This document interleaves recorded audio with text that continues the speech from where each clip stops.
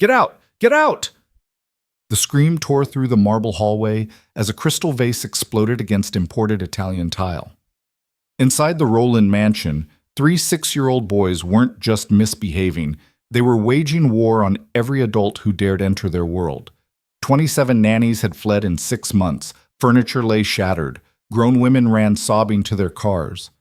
But the real devastation wasn't the destruction, it was the bottomless grief burning in 3 pairs of identical blue eyes. When Naomi Carter, a quiet black woman with worn shoes and steady hands, stepped through those towering doors, the triplets prepared their cruelest assault yet. They'd perfected the art of breaking caregivers. What they didn't expect was a woman who would look past their rage and see straight into their shattered hearts and refuse to leave. This is the story of how one woman's refusal to run rebuilt an entire family. Stay with me until the end and comment what city you're watching from so I can see how far this story reaches. The morning Naomi Carter arrived at the Rowland estate, the sky hung heavy with the promise of rain. She stood before the wrought iron gates, her single suitcase resting against her leg, and studied the mansion beyond. It sprawled across manicured grounds like a monument to wealth, all glass and stone and sharp modern angles that seemed designed to intimidate rather than welcome. The agency had warned her. Mrs. Patterson, the placement director, had actually gripped Naomi's hand across the desk and said, "I'm legally obligated to send someone, but I'm begging you, don't take this assignment. 27 nannies in 6 months, 27. One lasted 45 minutes. Naomi had looked at the photograph Mrs. Patterson slid across the desk. 3 identical boys with sandy hair and blue eyes, frozen in a formal portrait that revealed nothing of the chaos the woman described. 6 years old, motherless, reportedly unmanageable. "I'll take it," Naomi had said quietly. Now, standing before the reality of the Rowland wealth, she felt the familiar flutter of uncertainty in her chest. At 42, Naomi had worked with difficult children before. Angry children, traumatized children, children the system had written off as problems.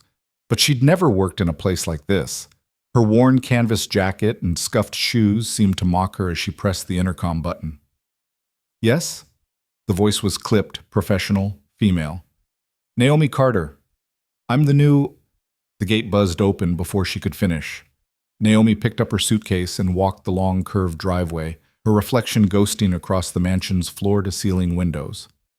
Somewhere inside those walls, 3 little boys were preparing for battle. She'd read their files on the train ride from Philadelphia. The clinical language couldn't hide the desperation. Destructive behavior, aggressive tendencies, refusal to cooperate with authority figures, suspected emotional disturbance. The front door opened before she reached it. A woman in her 50s stood in the entrance, her gray suit immaculate, her expression exhausted. "Ms. Carter, I'm Helen Torres, the house manager. I'll be direct. Mr. Rowland is in Singapore on business. He won't return for 3 days. The boys are currently locked in the West Playroom with their breakfast. They've already destroyed 2 lamps and overturned the bookshelf." Helen's dark eyes searched Naomi's face. "The last nanny left in an ambulance. Panic attack. Before her, one had coffee thrown in her face. I'm required to tell you that you can leave at any time, no penalty." "Where's the playroom?" Naomi asked. Something flickered across Helen's face. Surprise, perhaps? Or maybe respect. "3rd floor, west wing. I'll show you to your quarters first." "That's not necessary. I'd like to meet the children." Helen studied her for a long moment, then nodded. "This way?"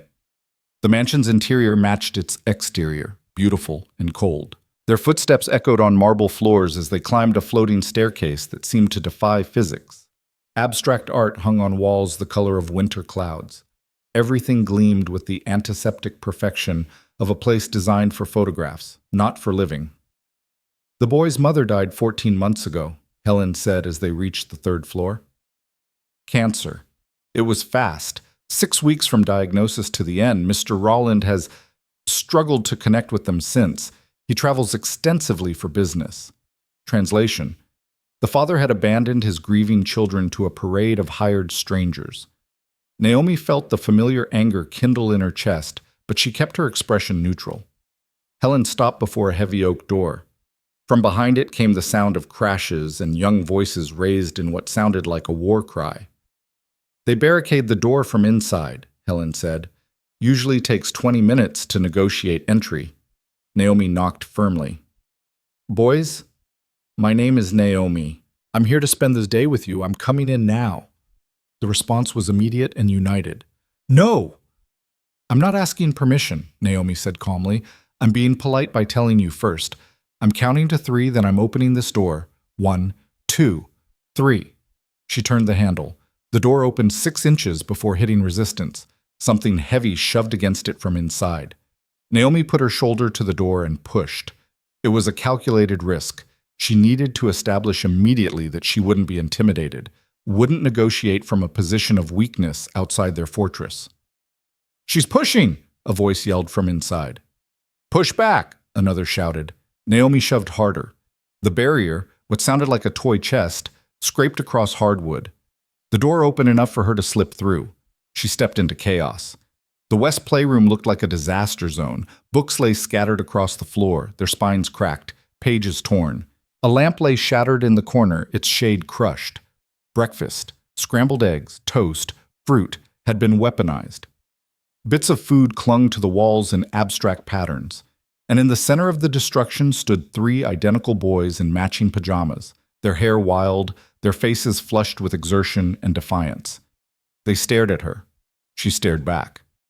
For a long moment, nobody moved. Naomi took in every detail.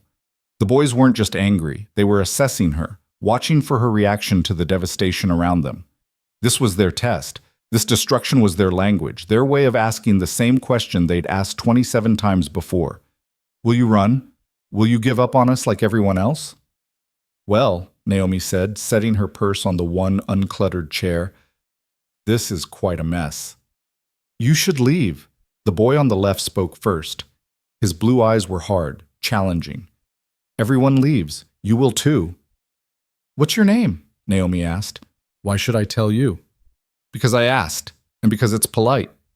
The boy's jaw clenched. I'm Lucas. That's Mason. He pointed to the boy in the middle. That's Ethan Jr., and you can't stay here. This is our room, and we don't want you. Naomi noticed that Lucas had positioned himself slightly in front of his brothers. The protector. Mason, she saw now, had tears tracking down his cheeks despite his fierce expression. The emotional one. Ethan Jr. stood perfectly still, watching her with an intensity that seemed beyond his 6 years. The observer. I understand you don't want me here, Naomi said. You've made that very clear, but I'm staying anyway. Then we'll make you leave, Lucas said. We're really good at it. I believe you. This room is evidence of your talent. Naomi walked slowly around the perimeter, her shoes crunching on broken plastic. But here's what's going to happen. I'm going to stay. I'm going to be here when you wake up and when you go to sleep. I'm going to make your meals and help you get dressed and read you stories whether you want me to or not. And nothing you do, nothing is going to make me run away. Do you know why? Lucas's eyes narrowed with suspicion, but she could see the question there, the desperate need to know why anyone would stay. Because I've seen this before, Naomi said gently. Not the expensive toys or the big house, but the anger, the testing, the pushing away everyone who tries to help. And I know what it really is. You don't know anything about us, Ethan Jr. said. His voice was quieter than Lucas's, but harder, colder. I know you're hurting, Naomi said. I know you miss your mother so much it feels like you can't breathe sometimes. I know that every time someone new walks through that door, you're terrified they'll try to replace her, and you're even more terrified they'll leave like she did. And I know that breaking things and making people cry feels like control when everything else in your life is chaos. Mason's face crumpled. The tears came harder, but he didn't make a sound. Lucas's hands balled into fists at his sides. Ethan Jr.'s mask of cold observation cracked just slightly. Our mother didn't leave, Lucas said, his voice shaking with rage. She died. She didn't want to go. She didn't abandon us. You're right. I'm sorry. That was the wrong word. Naomi took a step closer. Your mother didn't choose to leave you, but she's gone, and you're here, and you're so angry and so scared that you've decided to leave everyone else first, before they can leave you. Get out. Lucas's voice broke on the words. Get out! Get out! Get out! He grabbed a toy truck from the floor and hurled it at Naomi's head. She didn't flinch, didn't duck. The truck sailed past her shoulder and cracked against the wall behind her. Mason and Ethan Jr. grabbed toys too, their small faces contorted with anguish and fury. A stuffed animal hit Naomi's chest. A wooden block struck her arm. She stood still, absorbing their rage, letting them throw their pain at her.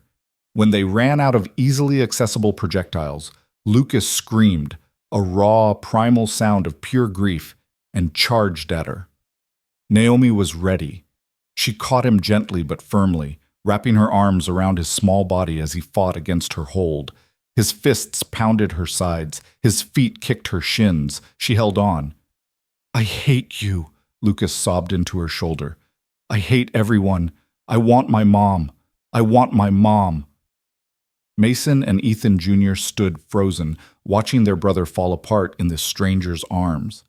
Naomi made eye contact with each of them over Lucas's head. "It's okay to be angry," she said. "It's okay to miss her. It's okay to hate that she's gone. You can throw things at me and yell at me and tell me to leave, and I'll still be here. You can't scare me away, boys. You're stuck with me." Lucas's fighting gradually weakened. His sobs turned to hiccups, then to shuddering breaths. Naomi felt the exact moment his body went limp against her, surrendering to exhaustion and grief. She lowered herself to the floor, still holding him, and sat cross-legged among the debris. Mason moved first. He approached cautiously, like a wild animal uncertain whether to trust. When Naomi didn't move, didn't push Lucas away to make room, Mason sat down beside them. Then Ethan Jr., walking with the deliberate care of someone trying not to spook himself, sat on Naomi's other side. They sat in silence for a long time. Outside the windows, the promised rain began to fall. "I'm not going to try to be your mother," Naomi finally said. "Nobody could replace her, but I am going to take care of you, and I'm going to stay. No matter what you do, I'm going to stay." "You don't know what we can do," Ethan Jr. whispered. "Then show me. I can handle it." It was a promise and a challenge. The triplets heard both. Lucas pulled back enough to look at her face, his eyes red and swollen. "You're different from the others." "How so?" "You didn't cry. You didn't run away. You didn't get mad."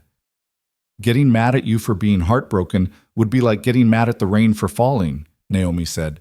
"It's natural, it's necessary, and it doesn't make you bad." "Everyone thinks we're bad," Mason said in a small voice. "We heard the helpers talking. They said we're devils. They said we're cursed." Rage flared through Naomi's chest, hot and righteous. "Those people were fools. You're not devils. You're not cursed. You're 6-year-old boys who lost the most important person in your world, and nobody has helped you figure out how to survive that." "Our dad tries," Ethan Jr. said, defensive loyalty threading through his voice. "I'm sure he does, in the ways he knows how. But trying isn't always enough, is it?" The boys were silent. Naomi understood. Defending their absent father was easier than facing how abandoned they felt. "Here's what we're going to do," Naomi said. "First, we're going to clean this room together. Not as punishment, but because we all live here now and we take care of our space. Then we're going to make lunch. Then we're going to talk about rules. Not many, just enough to keep everyone safe. And then we're going to figure out what you actually like to do, because I'm guessing nobody's asked you that in a while." "What if we don't want to clean?" Lucas asked. It wasn't defiance, it was curiosity, testing boundaries. "Then the room stays messy, and you live with it. But I think you'll want to clean it. You know why?" "Why?" "Because you're tired of chaos. You create it because at least it's chaos you control. But deep down you want things to feel safe again, predictable. Clean rooms and regular meals and adults who don't disappear. That's what safe feels like." Mason started to cry again, but differently this time. These were tears of relief, not rage. "I do want things to be safe. I'm so tired of being scared all the time." Naomi pulled him close. "I know, sweetheart. I know." They spent the next 2 hours cleaning the playroom. Naomi didn't bark orders or turn it into a punishment. She worked alongside them, asking where things belonged, complimenting their efforts, turning it into a collaborative project rather than penance. The boys worked with surprising diligence. Lucas organized books by size. Mason sorted toys into bins. Ethan Jr. swept up the broken lamp, his small face serious with concentration. When the room was clean, they stood back and surveyed their work. The space looked transformed. No longer a battlefield, but a place where children might actually play. It looks better, Lucas admitted. It feels better, Mason said. Ethan Jr. said nothing, but Naomi saw him run his hand along the now clear bookshelf with something like satisfaction. They made lunch together in the mansion's enormous kitchen, grilled cheese sandwiches and tomato soup. Helen appeared in the doorway, her expression stunned as she watched the boys set the table without being asked, chattering about their favorite colors and arguing good-naturedly about whether dinosaurs or sharks were cooler. "I've never seen them like this," Helen whispered to Naomi while the boys washed their hands. "They just needed someone to see past the armor," Naomi said. Lunch was chaotic, but not destructive. The boys spilled milk and dropped crumbs, but they also laughed and asked Naomi questions. Where was she from? Did she have kids? What was her favorite color? Had she ever seen a real shark? Naomi answered honestly. She was from North Philadelphia. She'd never had children of her own, but she'd worked with many kids over the years. Her favorite color was deep purple, the color of twilight. And yes, she'd seen a shark once, at the Baltimore Aquarium, and it had been both beautiful and terrifying. "Like you," Lucas said, then looked surprised at his own words. Naomi smiled. "Like me? You're not scary, but you're, I don't know, strong. Like maybe you could fight a shark if you had to." "I'd rather make friends with the shark," Naomi said. "Most things that seem scary are just protecting themselves, like 3 boys I know." After lunch, they sat in the living room, a space so formal and pristine that Naomi suspected the boys rarely entered it. She'd claimed it deliberately. Every space in this house belonged to them. They shouldn't have to hide in the playroom like prisoners. "Let's talk about rules," Naomi said. The boys tensed. Here it came, the long list of don'ts, the threats, the consequences. Every nanny had done this. Every nanny had failed. 3 rules only, Naomi continued. 1. We don't hurt each other. That means no hitting, kicking, biting, or throwing things at people. You can throw things at walls if you need to. I'll even give you specific things that are safe to throw, but not at people. Agreed? The boys exchanged glances. Finally, Lucas nodded. Agreed. 2. We talk about our feelings instead of just acting on them. If you're angry, you tell me you're angry. If you're sad, you tell me you're sad. I can't help if I don't know what's wrong. This one's hard, I know. It takes practice, but we're going to practice together. What's the 3rd rule? Ethan Jr. asked. We don't give up on each other. No matter how hard it gets, no matter how much we want to run away or shut down, we keep showing up. That goes for me too. I won't give up on you, and I need you not to give up on me. Even when you're testing me. Even when you're sure I'm going to leave. Deal? Mason bit his lip. What if we mess up? Then we talk about it and try again. Messing up doesn't break the deal. Only giving up breaks the deal. Nobody's ever made a deal with us before, Lucas said quietly. Then it's about time someone did. They shook on it, 3 small hands gripping Naomi's one at a time with a solemnity that made her throat tight. The rest of the day passed in a delicate dance. The boys tested Naomi's boundaries constantly, but without the viciousness they'd shown earlier. Lucas accidentally knocked over a vase while reaching for a book. Naomi calmly asked him to help her clean it up, then asked what he was reaching for. Mason refused to put on his shoes for a walk in the garden. Naomi said that was fine. He could wear slippers instead, or go barefoot if he preferred. Ethan Jr. went completely silent for an hour, responding to every question with a blank stare. Naomi simply continued talking to him normally, including him in every conversation, never making his silence a problem to be fixed. By evening, all 3 boys were exhausted in a way that had nothing to do with physical activity. The emotional labor of letting someone in, even slightly, had drained them. Naomi ran a bath, one bath, because they refused to separate, and supervised while they splashed and played with more ease than she'd seen all day. Water made them young again, reminded them they were children. Bedtime was the hardest. Each boy had his own room along a hallway decorated with their baby photos and family portraits. In every photo, a beautiful woman with kind eyes and auburn hair held one or more of the triplets, their mother. She looked young, healthy, happy. Looking at those photos, Naomi felt the cruelty of cancer all over again. The boys stood in the hallway in their pajamas, hair damp, faces clean. Lucas stared at his bedroom door like it was the entrance to a tomb. "I don't want to sleep alone," Mason whispered. "Then don't," Naomi said. "Do you boys ever sleep together?" They shook their heads. "Dad said we needed our own rooms," Ethan Jr. explained, "to develop independence." Naomi bit back the response she wanted to give. Instead, she said, "Your father loves you very much, and he's trying to do what he thinks is right. But tonight, if you want to sleep in the same room, that's fine. We can bring the mattresses in here and have a camp out." The transformation was immediate. The boys lit up with relief and excitement. They dragged mattresses and blankets into Lucas's room, the biggest of the three, and created a nest on the floor. Naomi read them stories until their eyelids drooped.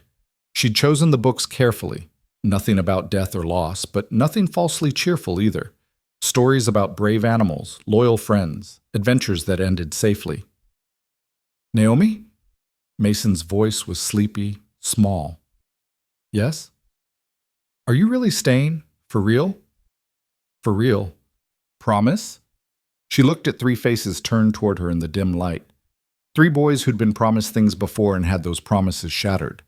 Three hearts that had been broken and were terrified to hope again. "I promise," she said, "and I don't make promises I can't keep."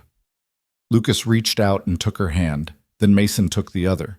Ethan Jr. curled against her side. They fell asleep like that, holding on to her like she was a life raft in a storm. Naomi stayed until their breathing evened out and their grips loosened. Then she carefully extracted herself and stood looking down at them.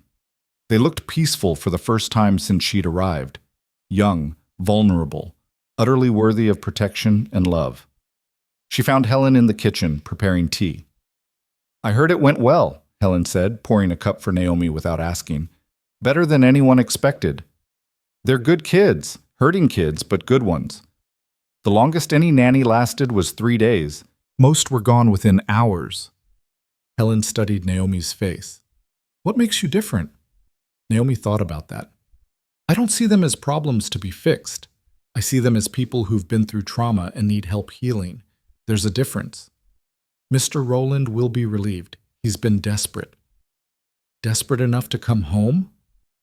Helen's expression shuddered. "He's a complicated man.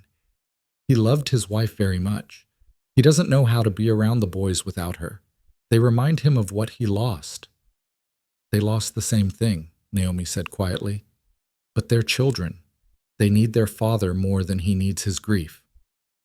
"That's not my place to say, and it's not yours either, Ms. Carter." "Maybe not, but someone needs to say it."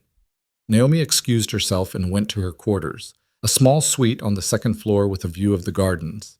She unpacked her single suitcase, laying out her few belongings. The room was beautiful, decorated in soft blues and creams, but it felt impersonal.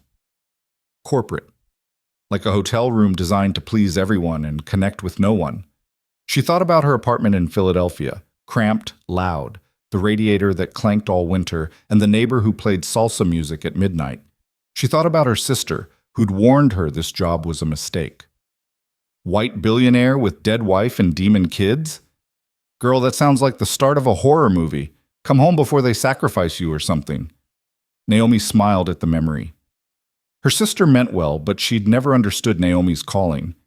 This wasn't just a job. It was a vocation. She'd spent 20 years working with children nobody wanted.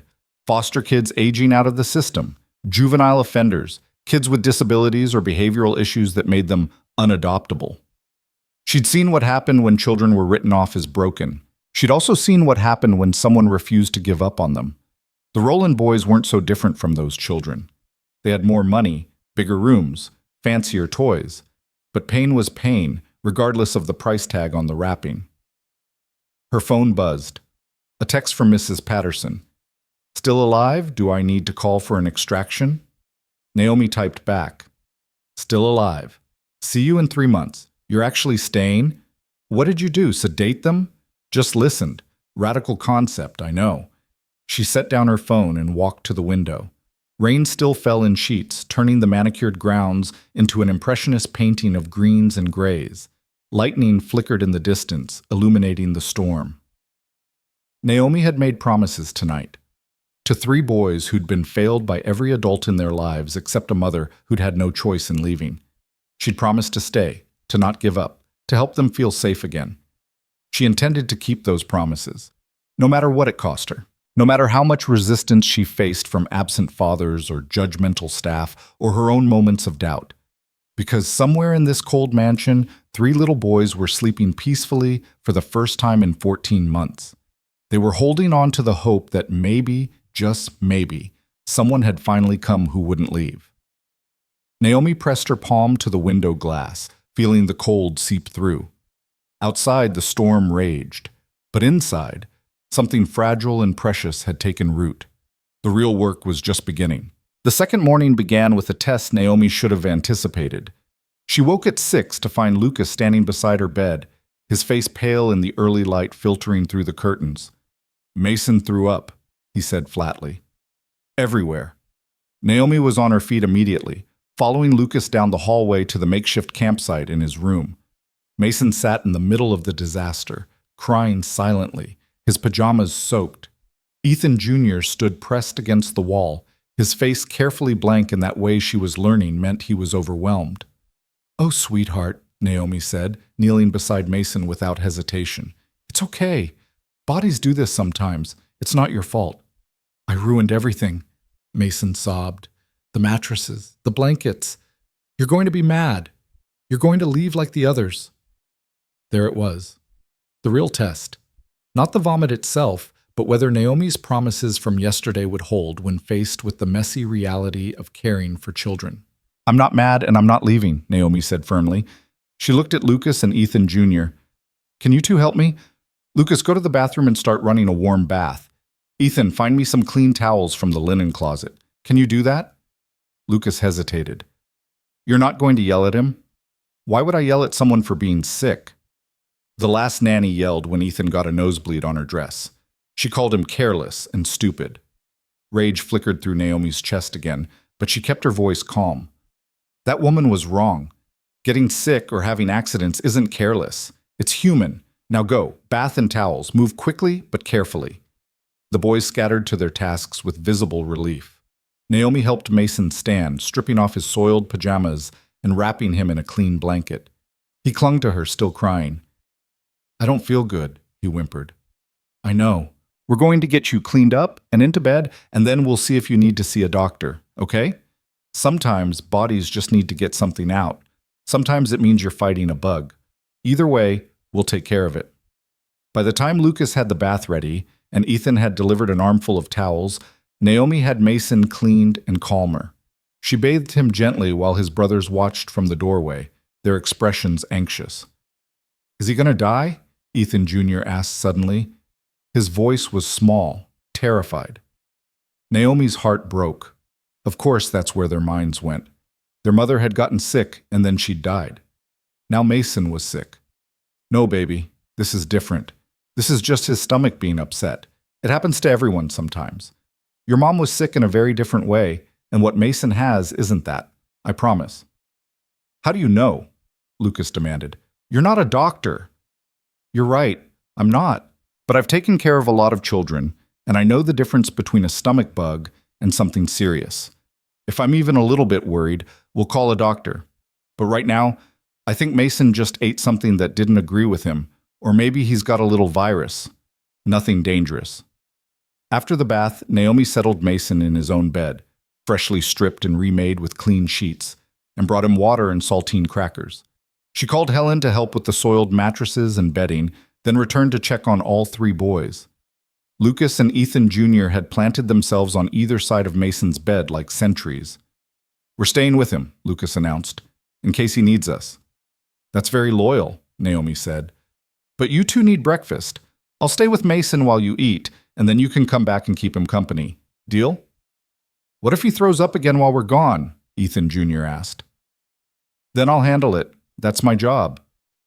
"But you're all alone," Lucas said. "What if you need help?" Naomi understood what they were really asking. What if she couldn't handle it? What if she left Mason alone the way they feared their father had left them when their mother got sick? "I won't be alone. Mason will be here, and you'll be right downstairs. If I need you, I'll call." But I promise you, I can handle whatever happens. Taking care of sick kids is something I'm good at." Reluctantly, the boys went downstairs with Helen. Naomi sat beside Mason's bed, keeping watch as he drifted in and out of sleep. Around mid-morning, he woke looking better. His color improved. "I'm hungry," he said tentatively. "That's a good sign.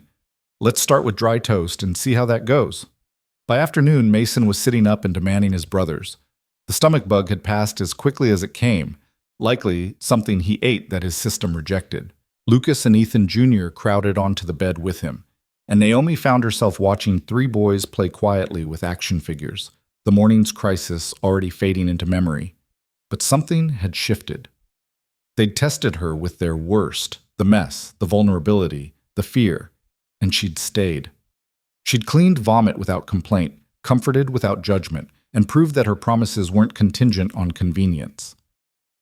The next 2 days passed in a rhythm that felt almost normal.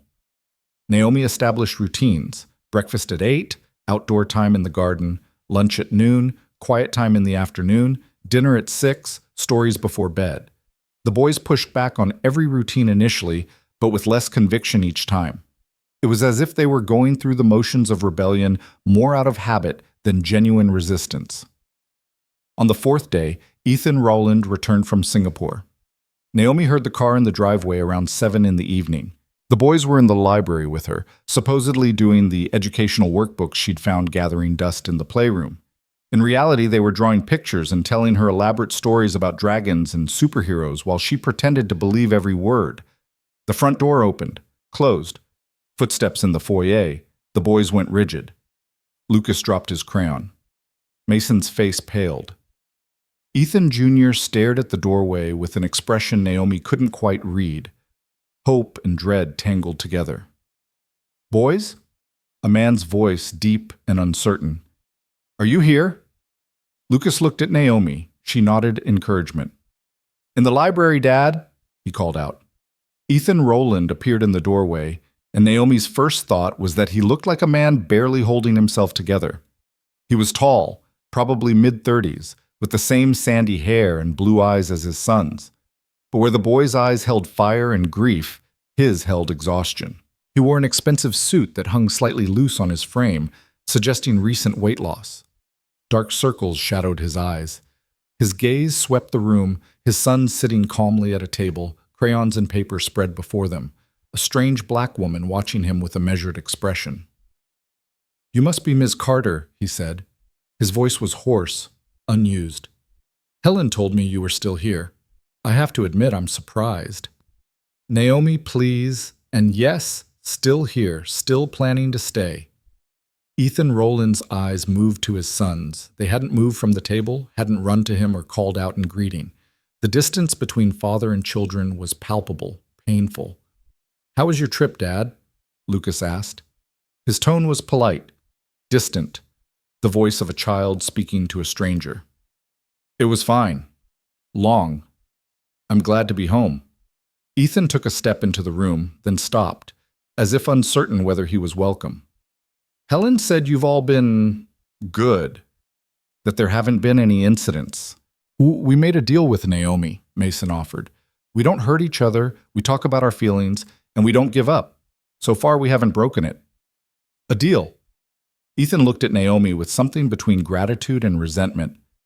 That's good. That's really good."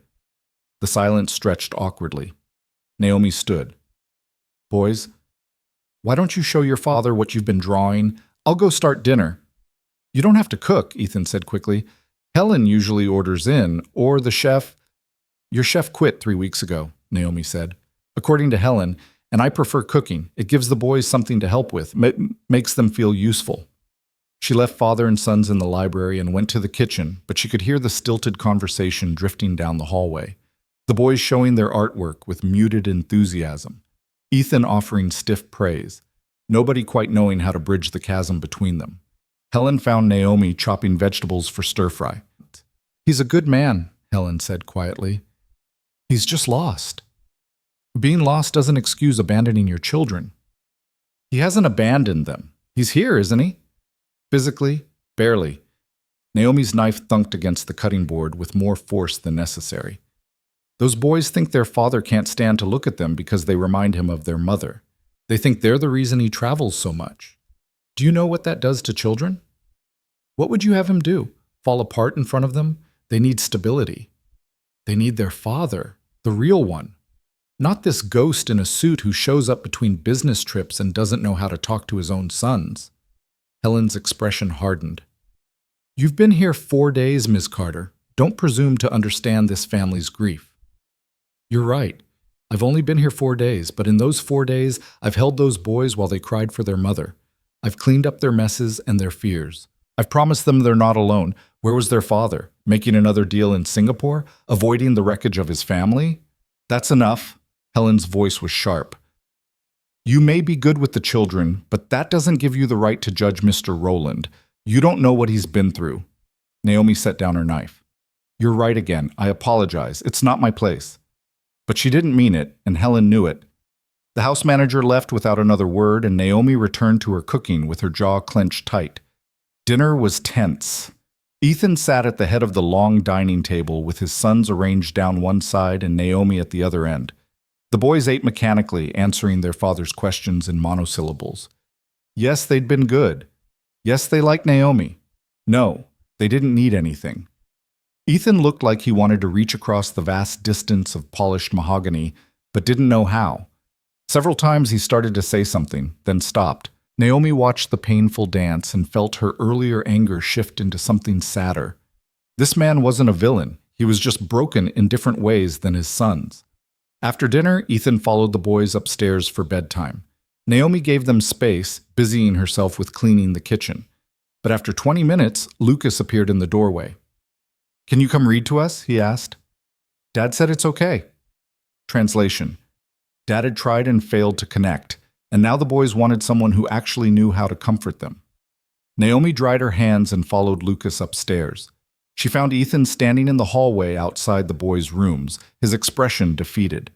The boys had retreated to their campsite set up in Lucas's room. They'd insisted on keeping the arrangement after that first night, and were waiting in their pajamas. They asked for you, Ethan said.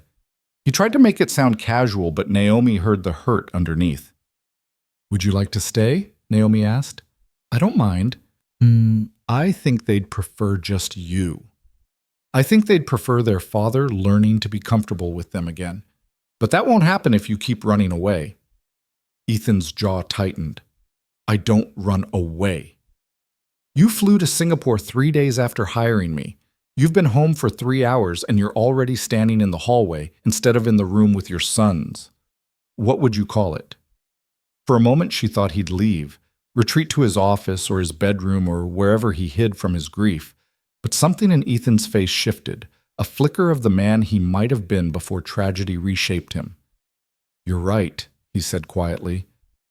I don't know how to do this without her. I look at them and I see her in every expression, every gesture. It's like drowning. So you'd rather they drown alone? That's not fair. No, it's not. But it's honest. Naomi softened her voice. They need you, Mr. Rowland. Not a perfect father, not someone who has all the answers, just you, present, trying. That's all they want. Ethan looked at her for a long moment, then he walked into Lucas's room. Naomi followed.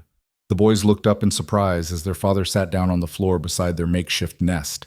He looked absurdly out of place in his expensive suit, sitting cross-legged on the carpet like an executive playing at being human. Naomi's going to read to you, he said, but I'd like to stay, if that's okay. The boys exchanged glances. Some silent communication passed between them, the triplet telepathy Naomi had witnessed several times already. Finally, Mason nodded. Okay, but you have to sit closer. You're too far away. Ethan moved closer, settling against the side of Lucas's bed.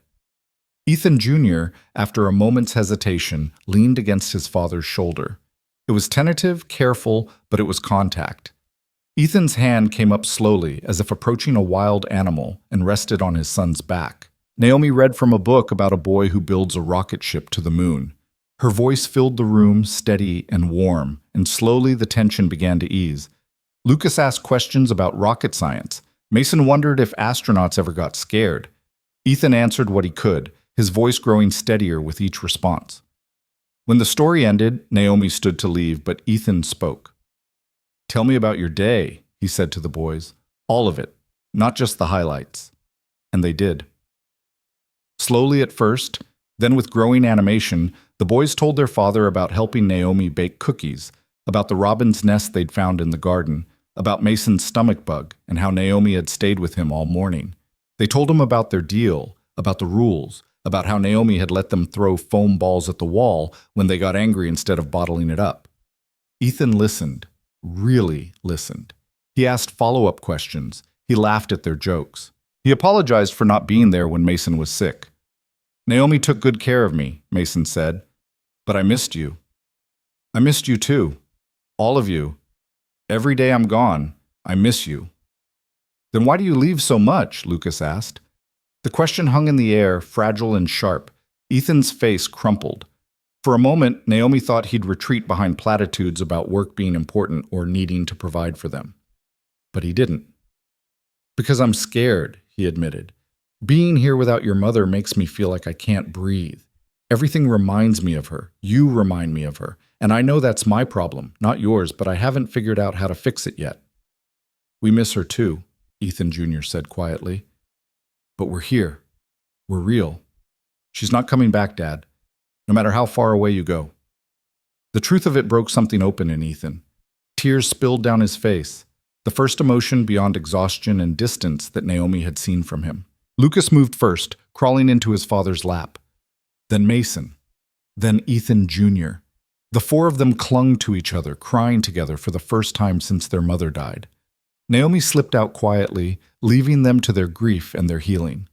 In the hallway, she leaned against the wall and let out a breath she hadn't realized she'd been holding. Helen stood at the end of the hallway, watching her. "I was wrong about you," the house manager said. "You're not just good with children.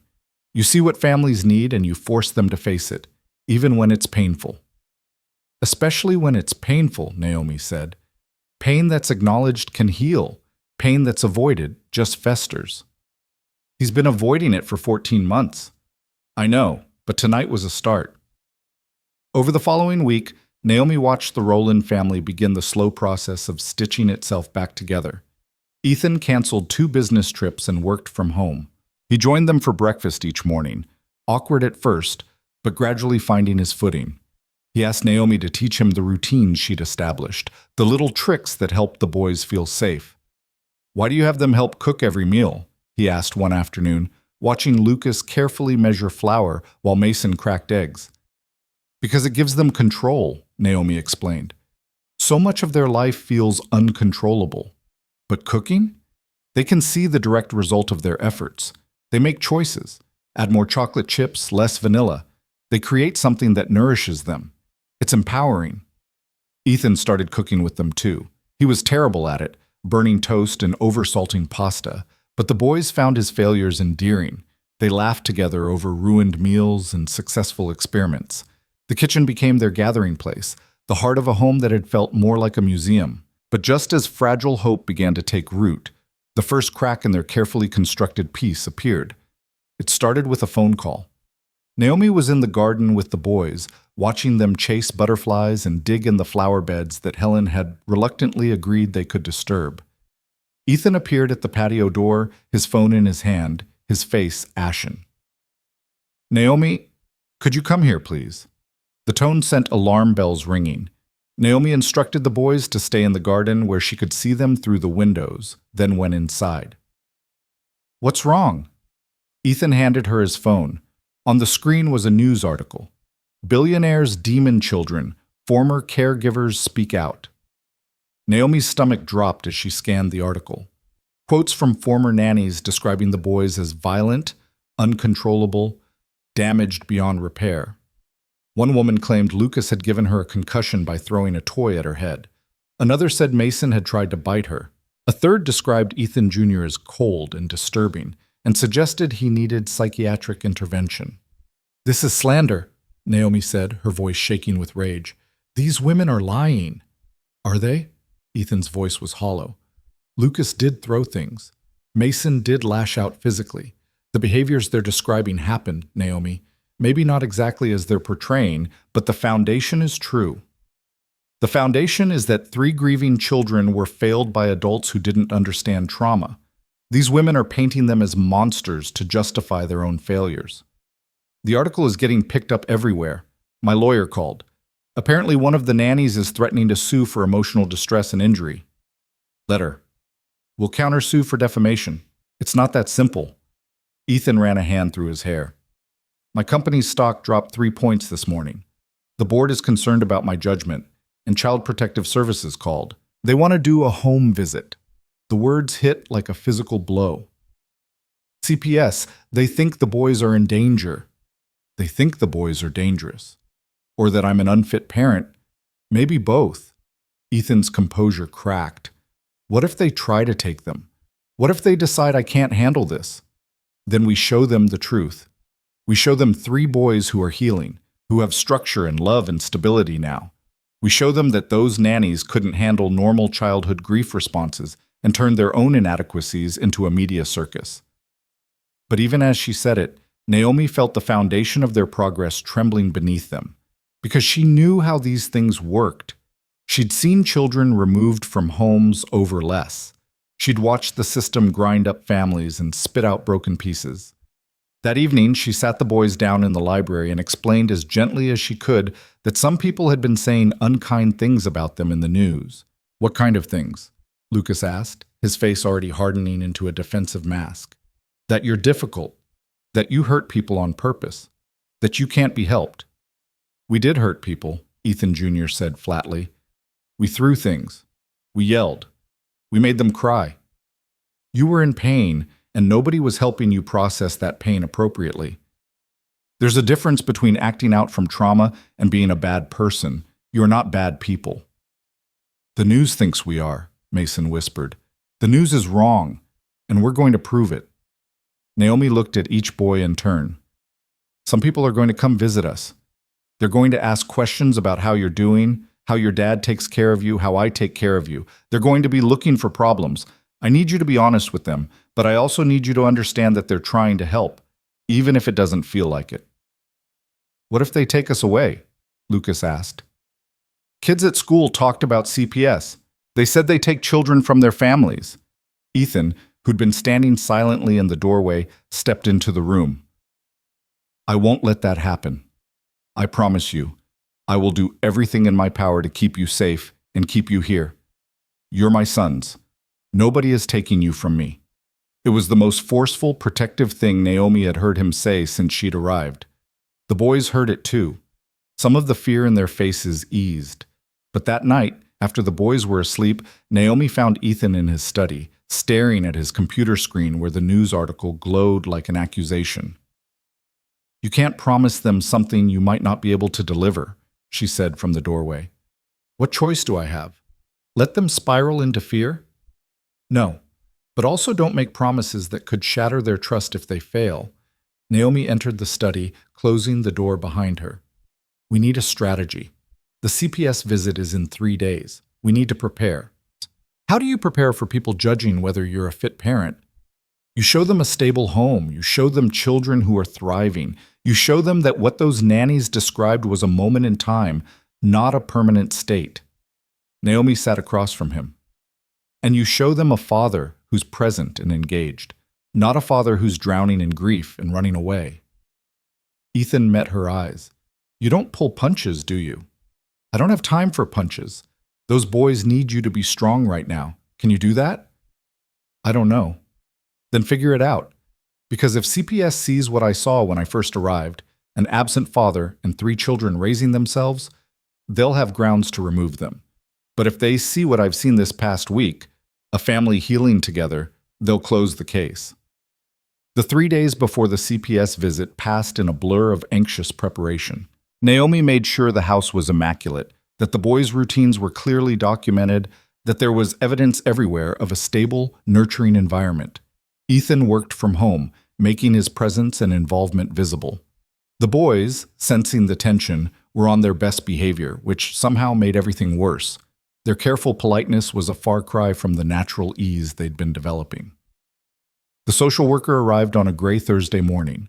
Her name was Patricia Reeves, a woman in her 50s with kind eyes and a manner that suggested she'd seen everything and believed nothing without verification. She interviewed Ethan first, alone in his study. Then Naomi, in the kitchen over coffee that neither of them touched. Then the boys, together and separately, in the playroom that was now clean and organized instead of destroyed. Naomi waited in the garden, her nerves stretched taut. Through the windows, she watched Patricia talking to Lucas. The boy's face was serious, his posture defensive. What was he saying? Was he telling the truth about how much better things had gotten, or was he sabotaging everything out of fear? After 2 hours, Patricia found Naomi in the garden. "Ms. Carter, thank you for your patience. I have a few follow-up questions." They sat on the stone bench beneath a flowering cherry tree. Patricia consulted her notes. "The boys speak very highly of you. They say you're the first caregiver who understood them. They're good children who needed someone to see past their pain. Lucas told me about the deal you made. The 3 rules. He said you're the only adult who's kept her promises to them." Naomi's throat tightened. "I intend to keep keeping them." Ethan Jr. described in detail how you handled his brother's illness, how you didn't panic or make him feel like a burden. Mason said you make him feel safe. Patricia looked up from her notes. "But I have concerns." "What concerns?" "The boys are clearly attached to you, possibly too attached. What happens when this job ends? When you move on? They've already lost their mother. Another abandonment could be devastating." "I'm not planning to move on. Everyone plans to stay until they don't. And with all due respect, Ms. Carter, you've been here less than 2 weeks, the honeymoon period. What happens when things get hard again?" "Then I'll handle it, just like I've handled everything else." Patricia studied her face. "You care about these children?" "Yes." "And Mr. Rowland? There's been significant improvement in his relationship with his son since you arrived. Is that sustainable without you here to facilitate it?" It was the question Naomi had been asking herself. Was she helping this family heal, or was she becoming a crutch they'd collapse without?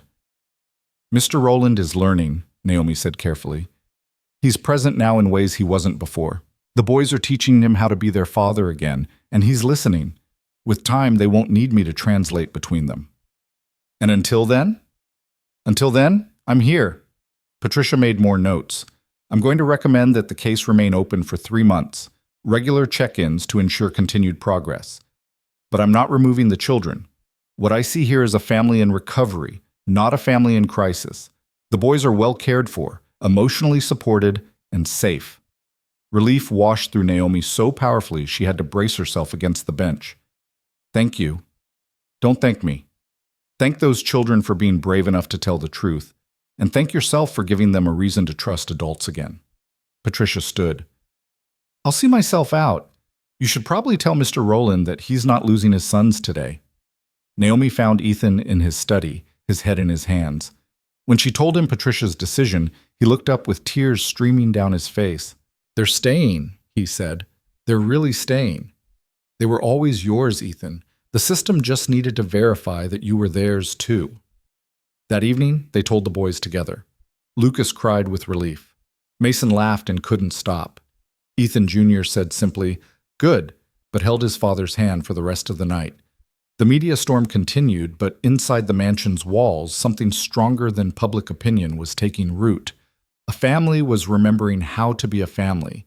And Naomi, who had spent 20 years caring for other people's children, found herself caring about these 3 boys and their broken father in ways that went beyond professional duty.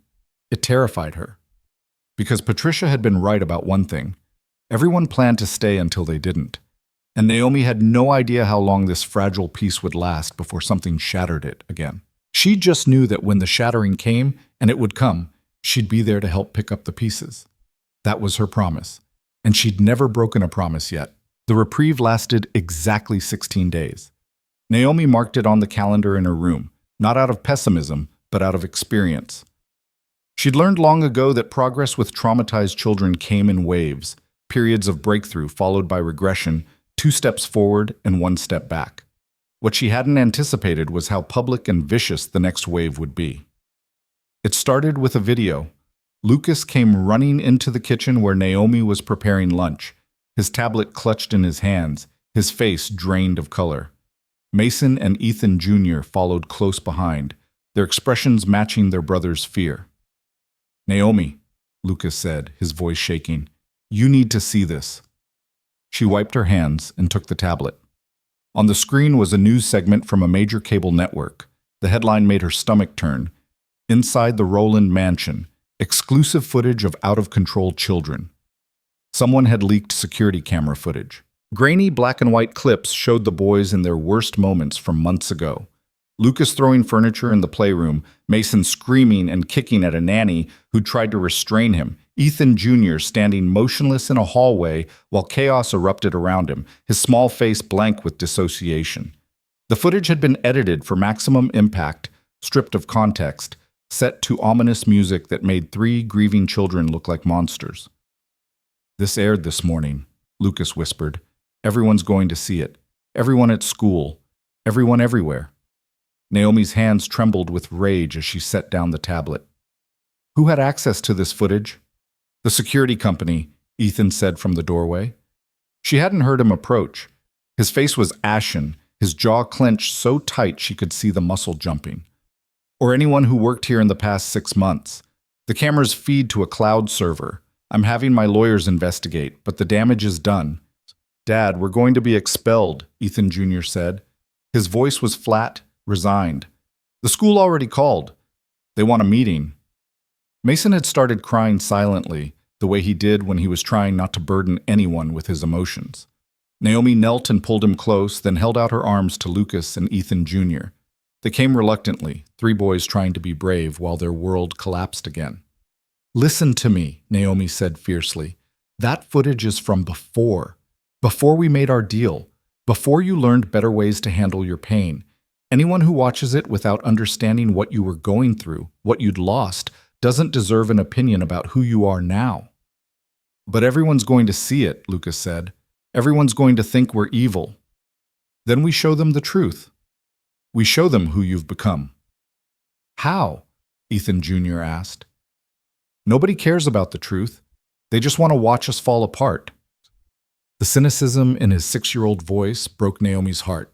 She looked up at Ethan, who stood frozen in the doorway, clearly drowning in his own helplessness. "Mr. Rowland," she said sharply, "your sons need you, right now." Ethan blinked, as if coming out of a trance. He crossed the room and knelt beside them, gathering his boys into his arms. "We're going to fight this," he said, "all of us together. I'm not letting anyone hurt you again." The phone rang, then rang again, then didn't stop ringing.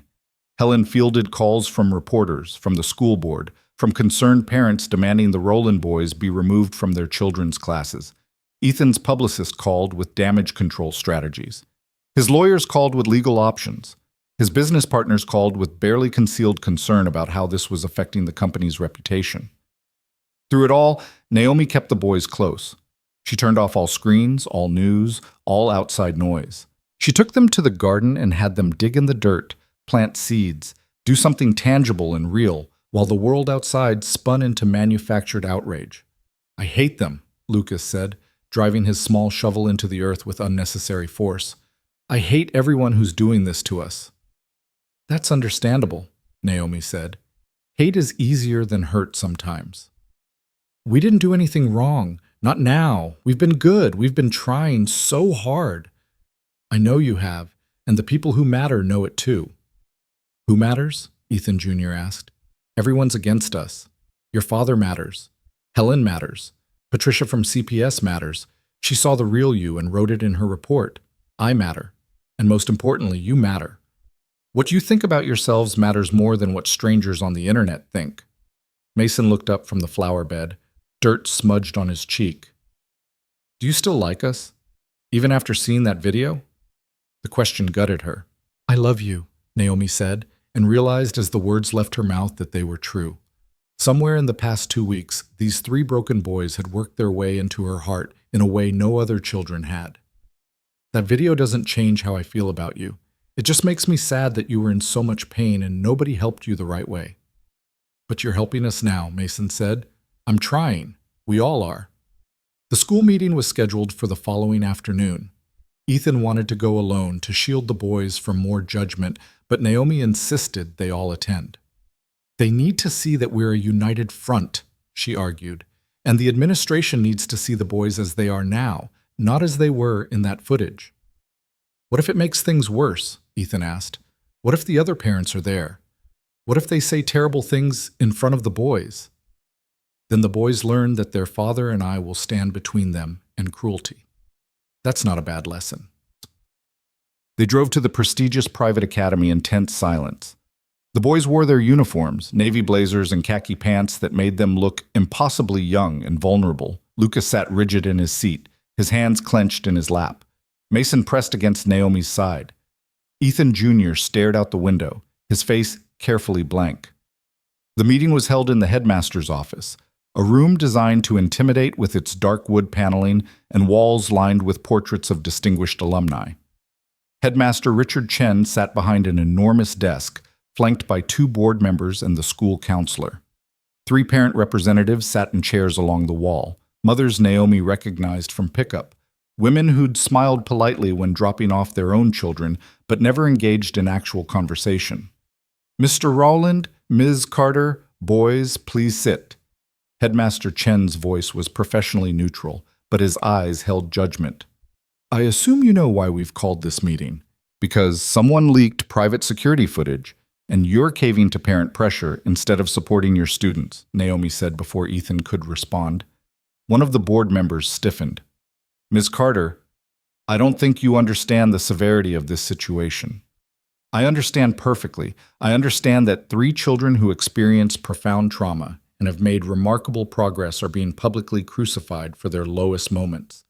I understand that this school is more concerned with its reputation than with the well-being of students in crisis. The well-being of all our students is our priority, Headmaster Chen said, which is why we must address the safety concerns raised by that footage. Those incidents happened months ago, Ethan said, finding his voice. Before Naomi, before we got proper support. My sons are not the children in that video anymore.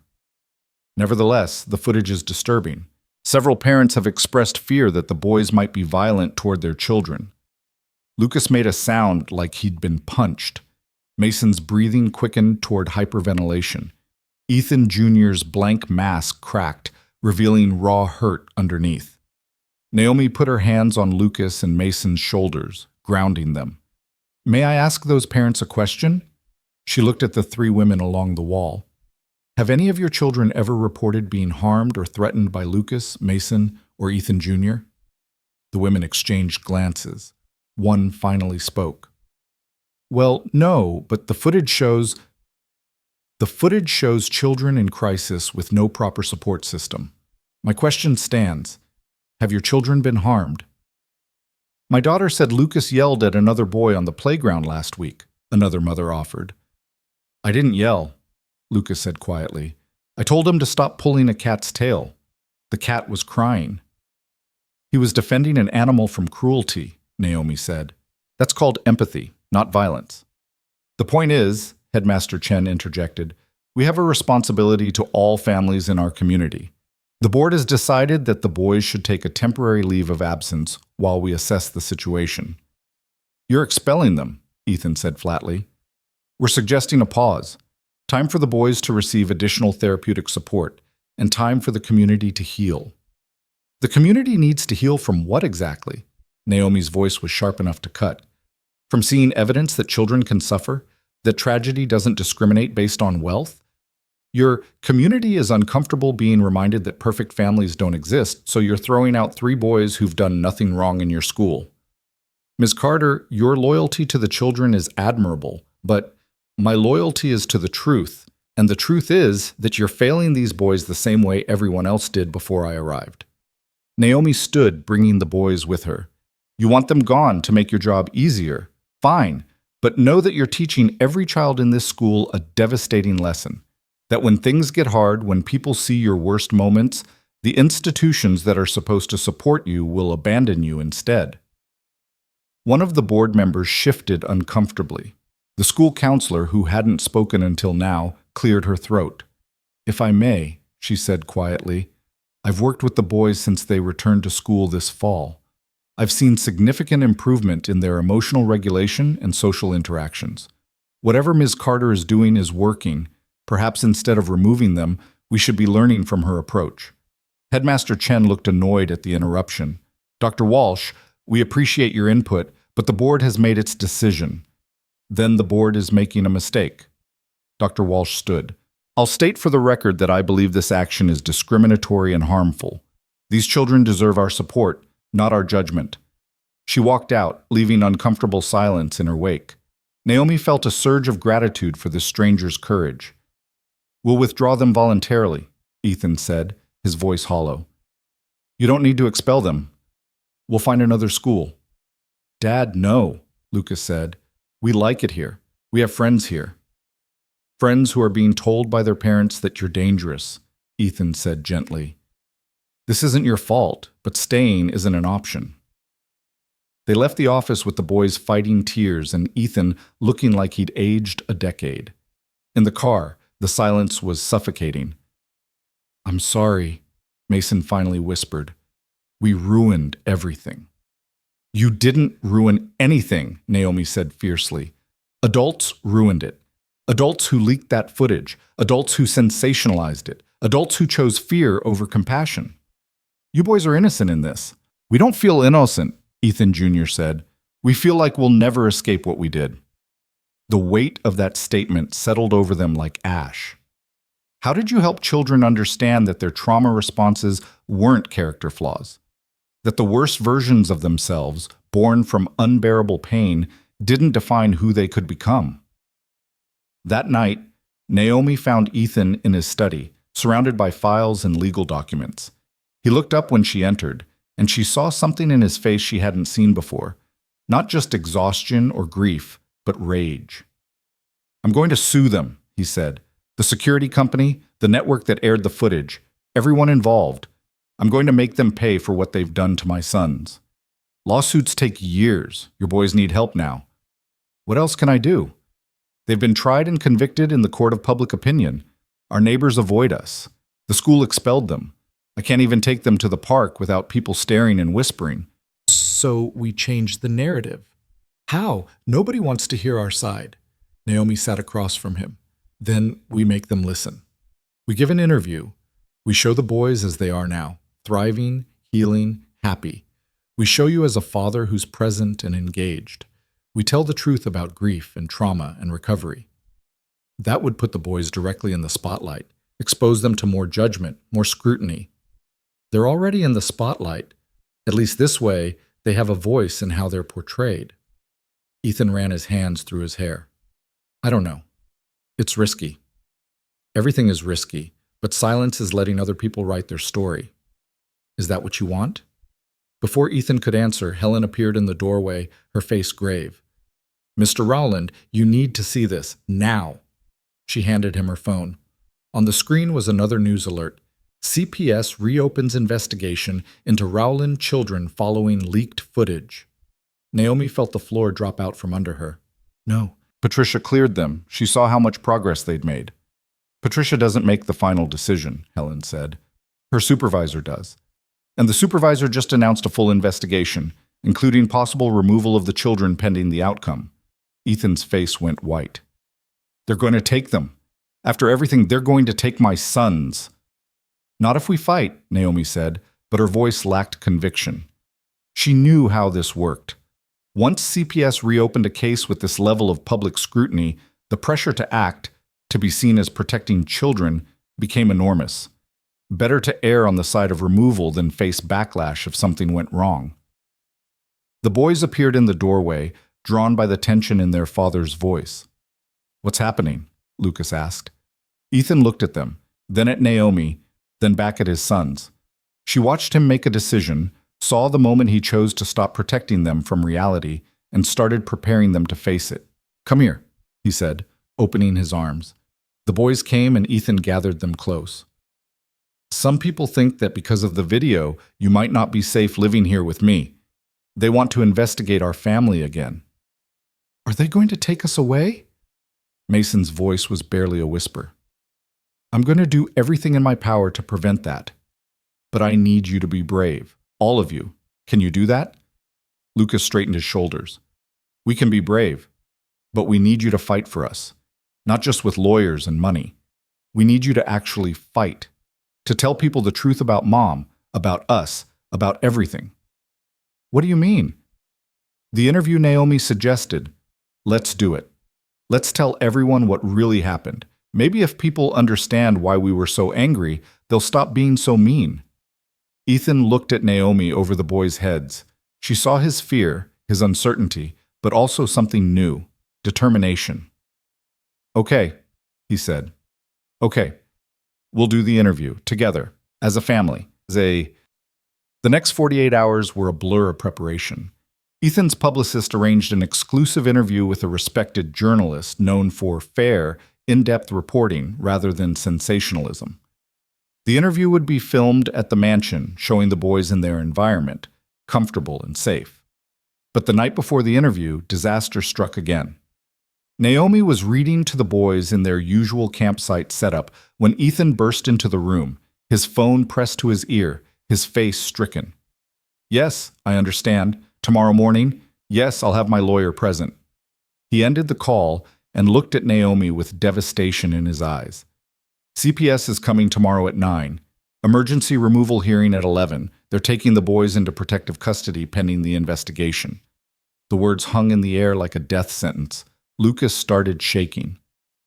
Mason burst into tears. Ethan Jr. simply stood up and walked to the window, staring out at the dark garden. Dad? Lucas's voice cracked. Can they really take us? I don't know, son. My lawyer says it's possible. The leaked footage gave them grounds for emergency action.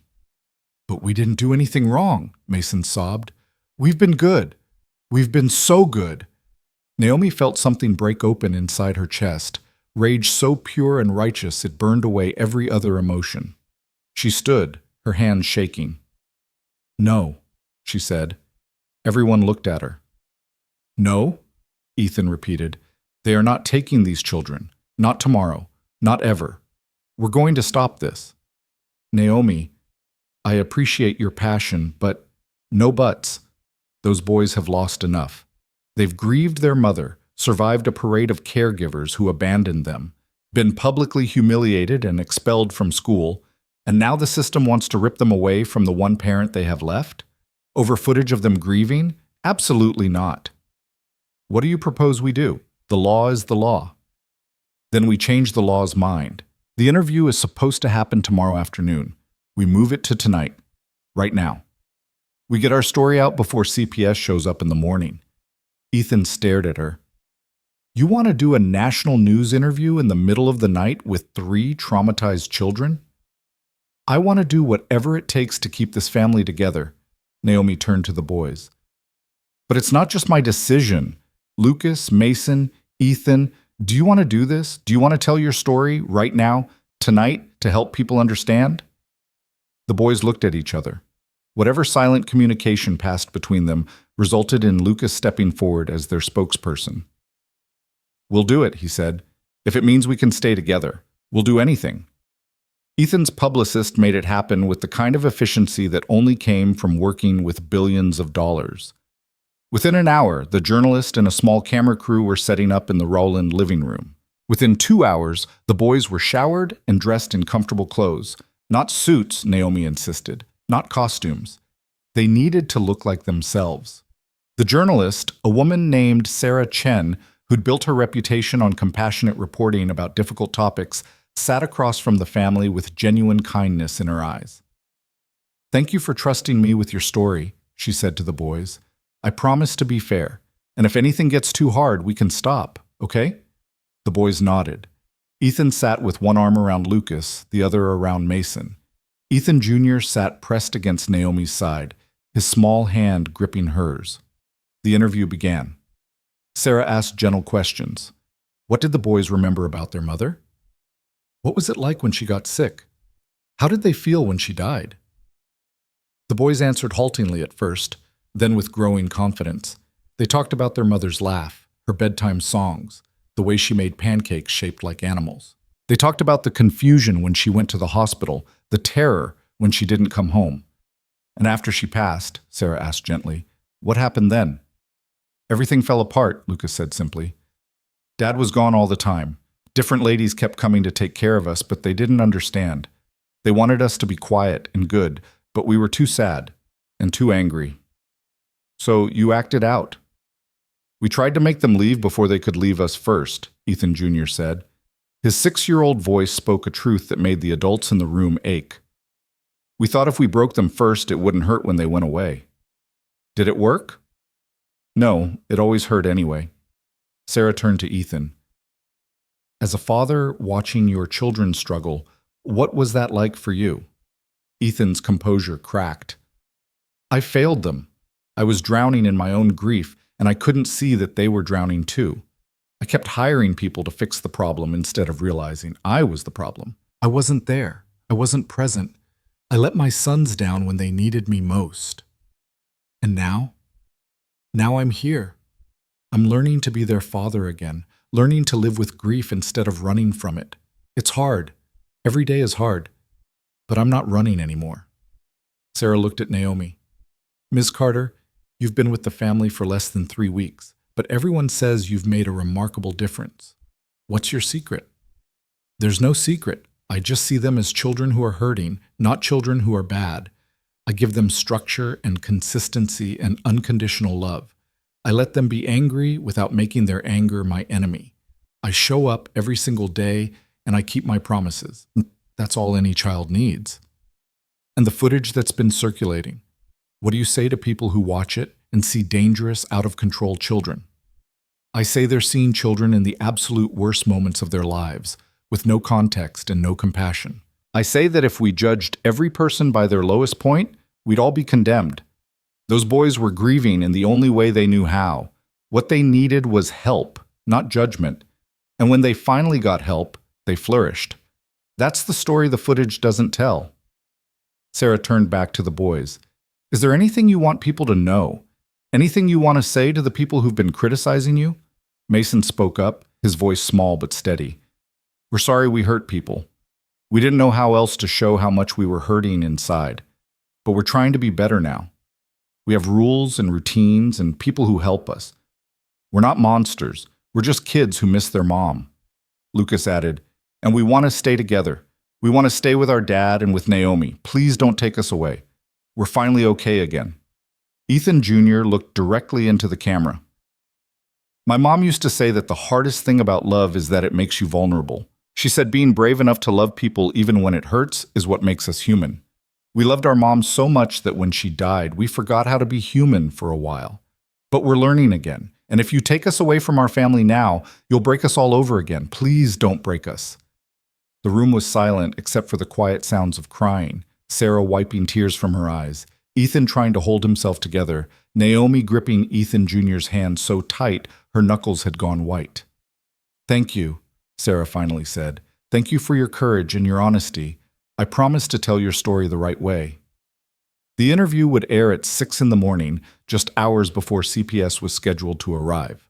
Whether it would change anything, Naomi didn't know. But at least the truth would be out there. At least the boys would have fought for themselves. After the crew left, after the boys had finally fallen asleep in their nest of blankets and pillows, Naomi and Ethan stood in the hallway outside the room. What if it's not enough? Ethan asked. What if they still take them? Then we keep fighting, but I have to believe that the truth matters. That when people see those boys as they really are, brave and loving and healing, they won't let the system destroy them. You love them. It wasn't a question. Yes. They love you too. They call you their person, their safe place. Ethan met her eyes. I can't lose them, Naomi, and I can't lose you either. This family needs you. I need you. The confession hung between them, weighted with meaning neither was ready to fully examine. Naomi didn't know what to say. She'd spent 20 years keeping professional distance, never letting herself get too attached, always remembering that these weren't her children, these weren't her families. But somewhere along the way, that distance had evaporated. These boys had become hers. This broken family had become hers. And the thought of CPS tearing it apart made her want to burn the whole system down. Let's get through tomorrow first, she said quietly. Then we can figure out what comes next. They stood watch outside the boys' room like sentries, waiting for dawn and whatever judgment it would bring. Dawn came too quickly and not quickly enough. Naomi had dozed in the chair beside the boys' makeshift camp, jerking awake every few minutes to check that they were still breathing, still there, still hers to protect. Ethan hadn't slept at all. She'd heard him pacing his study throughout the night, the sound of his footsteps a metronome counting down to a moment that could shatter everything they'd built. At 5:45, her phone buzzed. A text from Sarah Chen. Interview airing in 15 minutes. Praying for you all. Naomi slipped out of the room and found Ethan already in the living room, the television on but muted, waiting. Helen stood in the doorway with coffee she'd made, but no one would drink. The house felt suspended in amber, every second stretched thin with anticipation. Should we wake the boys? Ethan asked. Let them sleep. They'll need their strength for what comes next. At 6 o'clock exactly, Sarah Chen's face filled the screen. Naomi unmuted the volume just as Sarah began speaking in her measured, compassionate voice. This is a story about grief, about 3 6-year-old boys who lost their mother and forgot how to be children, about a father who lost his wife and forgot how to be present, and about a woman who walked into chaos and chose to stay. But more than anything, this is a story about what happens when we judge people by their worst moments instead of their capacity for healing. The footage that followed wasn't the grainy security camera nightmare that had been playing on endless loop across news networks. This was the boys as they were now, sitting close together on the couch, holding hands with each other and with Naomi, speaking with heartbreaking honesty about pain and loss and the terrible ways they'd tried to survive it. Naomi watched herself on screen and barely recognized the woman she saw. When had she started looking at those boys with such fierce protectiveness? When had her professional composure given way to something that looked unmistakably like love? The broadcast showed Ethan breaking down as he admitted his failures, showed the boys forgiving him with the simple acceptance that children offer when adults finally tell the truth. It showed Mason's small voice explaining that monsters weren't born. They were created by pain nobody helped them process.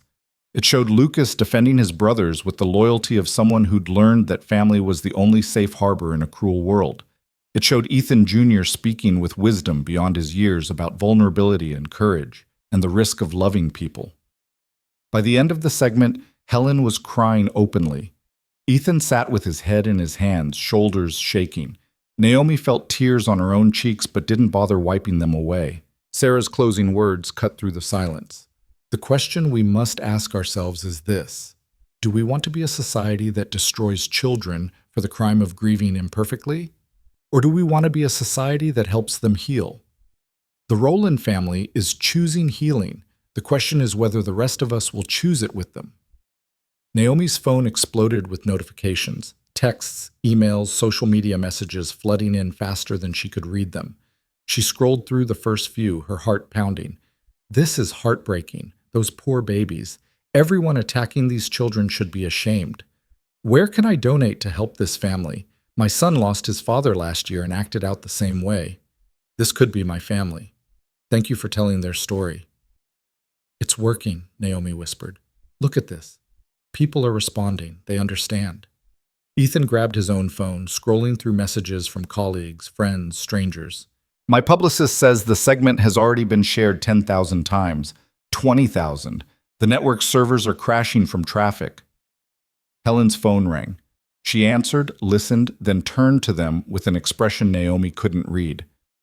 That was Patricia Reeves from CPS. She's on her way here, but not for removal. She wants to talk. The word sent adrenaline spiking through Naomi's veins. Not for removal wasn't the same as case closed, but it was something. It was possibility. Patricia arrived at 7:30 with her supervisor, a stern-looking man named Director James Morrison. The boys were awake by then, dressed and fed, but silent with anxiety. They sat close together on the couch, Lucas in the middle with his brothers pressed against either side, all three holding hands so tightly their knuckles had gone white. Patricia's eyes were red-rimmed, and Naomi wondered if she'd been crying. Director Morrison's expression was harder to read, professional neutrality that could mask either sympathy or condemnation. I watched the interview, Patricia said without preamble. So did Director Morrison. So did most of the eastern seaboard, apparently. My phone has been ringing nonstop since 6:15. From other parents? Ethan asked, his voice tight. From everyone. Parents, child welfare advocates, trauma specialists, people who've lost loved ones and recognize their own families in yours. Patricia sat down across from the family.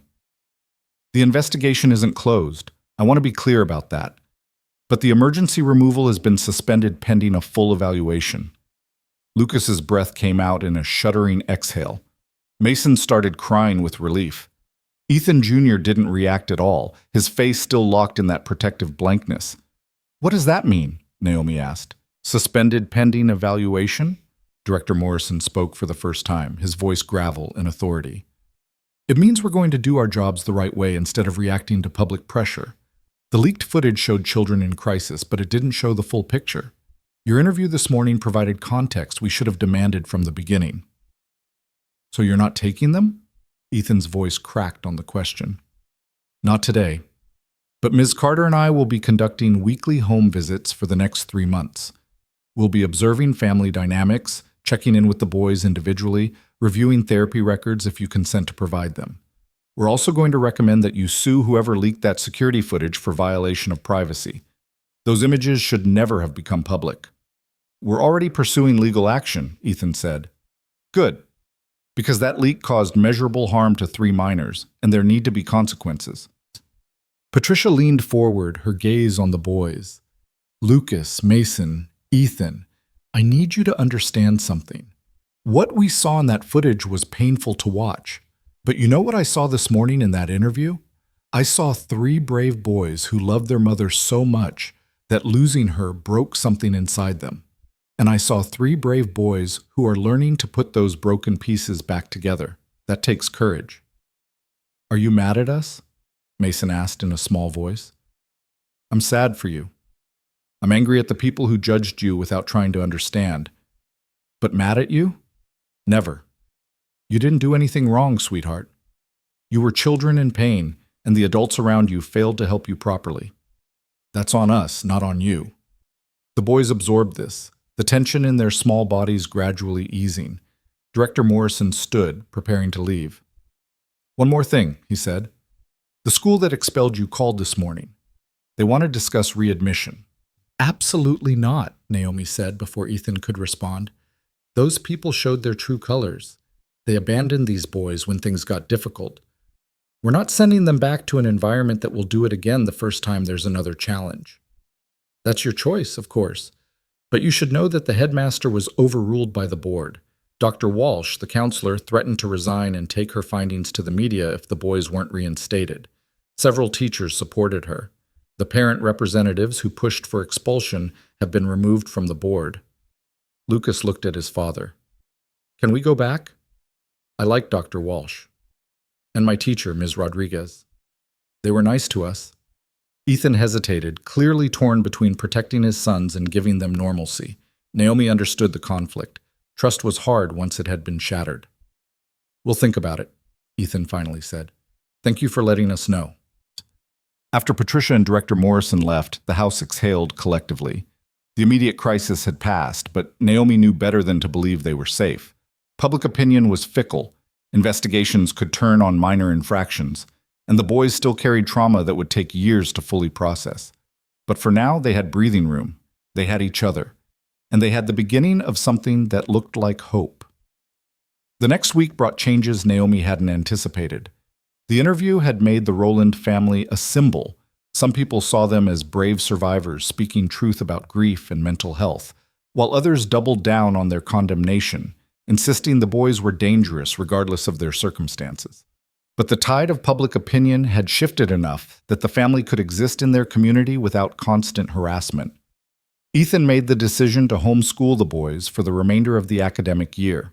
He hired tutors who specialized in trauma-informed education and converted one of the mansion's unused rooms into a bright, welcoming classroom. The boys thrived with the individual attention, no longer performing their learning under the judgment of peers and administrators waiting for them to fail. Naomi watched the family knit itself back together with the kind of satisfaction that came from work well done. Ethan had cut his travel to almost nothing, running his empire from home and learning to be present even when it was uncomfortable. The boys still had hard days, moments when grief ambushed them or old patterns of behavior tried to reassert themselves, but they had tools now. They had language for their feelings and adults who listened without judgment.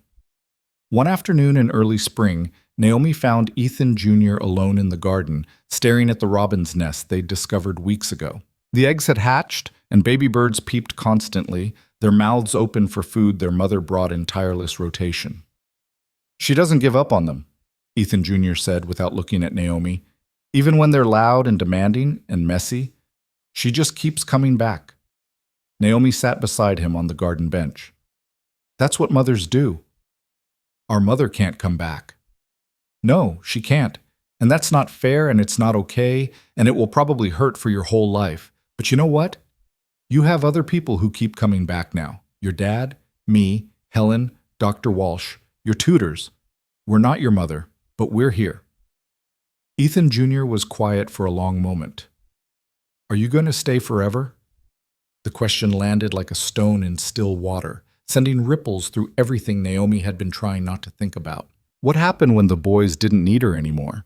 When they were stable and healing and the crisis had fully passed? Would she move on to the next family, the next set of broken children?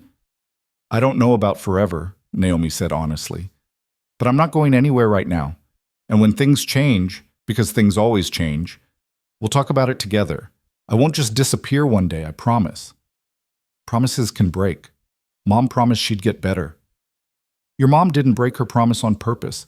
She wanted to keep it more than anything. Sometimes life breaks promises for us, and that's different from choosing to break them. I'm choosing to keep mine."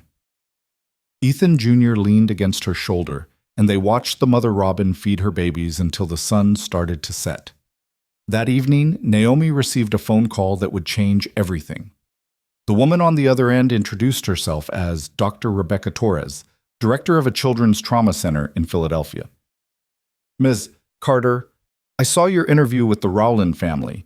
Your approach to trauma-informed care is exactly what we've been trying to implement at our center, but we need someone with your expertise to lead the program. I'd like to offer you a position as our clinical director." Naomi's heart stuttered. A clinical director position at a major trauma center was the kind of opportunity that came once in a career. It was recognition, advancement, the chance to help not just one family, but hundreds of children. "That's incredibly generous," Naomi said carefully, "but I'm currently employed with the Rowland family." "I understand. The position wouldn't start for 3 months, which would give you time to transition. And Ms. Carter, this role comes with the resources to develop a training program. You could teach other caregivers your methods. You could change how we approach childhood trauma on a systemic level." After the call ended, Naomi sat in her room with her thoughts spinning. 3 months. It felt like both an eternity and no time at all. The boys would be more stable by then, their therapy well established, their father fully engaged. They wouldn't need her the way they needed her now, but they would still need her, and she would still need them, she realized with a jolt. Somewhere in the chaos of the past weeks, this had stopped being just a job. These boys had become the children of her heart, even if they weren't the children of her body. She didn't tell anyone about the offer, not yet. She needed to think, to process, to figure out what she wanted versus what made practical sense. 2 days later, the decision was complicated further when Ethan asked her to join him in his study after the boys were asleep. "I need to talk to you about something," he said, gesturing for her to sit. He looked nervous, which was unusual for a man who routinely negotiated billion-dollar deals. "The boys are doing so well because of you. I'm doing better because of you. This family is healing because you saw what we needed and gave it without hesitation." "That's my job," Naomi said, uncomfortable with the praise. "It's more than a job, and we both know it. You care about them, about us." Ethan took a breath. "I want to make your position here permanent, not as a nanny or caregiver with a temporary contract, but as a full member of this family. I want to offer you a partnership in raising my sons, with the compensation and security that reflects how essential you are to their well-being." Naomi stared at him, her mind reeling. "What exactly are you proposing?" A permanent position with full benefits, retirement planning, and a stake in a trust fund I'm establishing for the boys' care. You'd have decision-making authority regarding their education, healthcare, and daily life. You'd be their co-parent in every way that matters. Ethan, I'm not their mother. No, but you're the closest thing they have to one. And I'm not asking you to replace her. I'm asking you to be yourself. The person who showed up when we needed you most and stayed when everyone else ran. The person my sons trust more than anyone else in the world. It was everything Naomi had never let herself want. A family, permanence, the chance to watch these boys grow up, to be there for first days of school and graduations and all the moments in between. It was also terrifying in its intensity, its assumption that she would tie her entire life to this family's fate. I need time to think, she said. Of course. Take whatever time you need. But Naomi, I hope you say yes. We need you. I need you. The weight of his gaze held something beyond professional respect, something Naomi recognized but wasn't ready to name. She left his study with her heart pounding and her future suddenly full of possibilities she'd never allowed herself to consider. The next morning brought another complication. Patricia Reeves arrived for her weekly visit with news. The investigation is officially closed, she announced. Director Morrison reviewed all our findings and determined that the boys are thriving in your care. No further oversight required. The boys cheered. Ethan sagged with relief. But Naomi felt a strange emptiness alongside the joy. Case closed meant no more external validation that she was needed here, no more official reason to stay beyond her own choice. There's more, Patricia continued. The people who leaked the security footage have been identified and charged. Turns out it was 2 former nannies working with a tabloid journalist. They're facing serious legal consequences. Good, Lucas said fiercely. They should go to jail forever. The justice system will handle them appropriately, but I want you boys to know something. Their actions backfired spectacularly. Instead of destroying your family, they helped people see the truth about trauma and healing. You've become advocates without meaning to. I've had dozens of parents reach out asking for resources because they saw themselves in your story. After Patricia left, Naomi took the boys to the garden for their daily outdoor time.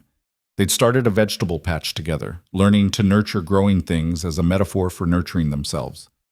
Mason watered tomato plants while Lucas pulled weeds, and Ethan Jr. carefully staked beans that had started climbing. Naomi? Mason asked, looking up from his watering can. Are you happy here? The question was so direct, so innocent, so terrifying in its implications. Yes, sweetheart. Very happy. Why do you ask? Because sometimes at night I hear you crying, and I worry that we make you sad like we made the other nannies sad. Naomi's heart broke. She knelt in the dirt beside him. Oh, baby, no, you don't make me sad. Sometimes I cry because I'm happy, because I get to be part of your healing. Sometimes I cry because I'm grateful, and sometimes I cry because loving people is hard and wonderful all at once. You love us? Mason's eyes were wide. More than I ever thought I could love anyone. We love you too, Lucas said, coming over with dirt-stained hands. We never loved the other nannies. But you're different. You're ours. Ethan Jr. joined them, his expression serious. If you ever have to leave, will you tell us first? Will you give us time to be ready? And there it was. The question Naomi had been avoiding. The boys had learned not to trust permanence because everyone they'd loved had left, either through death or choice.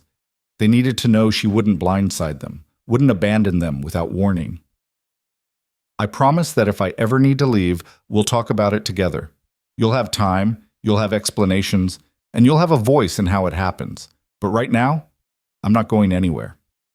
That night, Naomi called Dr. Torres and turned down the position. The director was disappointed but understanding, and she promised to keep Naomi in mind for future opportunities. Naomi hung up feeling simultaneously relieved and uncertain. She'd closed one door, but was she opening another? She found her answer 3 days later when Ethan gathered the family in the living room for what he called a family meeting. The boys sat on the couch, curious and slightly nervous. Naomi stood near the window, unsure where she fit in this tableau. I've made some decisions about our family's future, Ethan began. But before I tell you what they are, I want to hear what you want. Boys, if you could design our perfect life, what would it look like? Lucas spoke first. I want us to stay together, all of us. You, me, Mason, Ethan, and Naomi. I want to go back to school, Mason added, but only if people are nice to us, and I want Naomi to be there to pick us up every day. I want Dad to keep working from home, Ethan Jr. said. And I want Naomi to stay forever, not as our nanny, as our family. Ethan's eyes filled with tears. He looked at Naomi. And what do you want?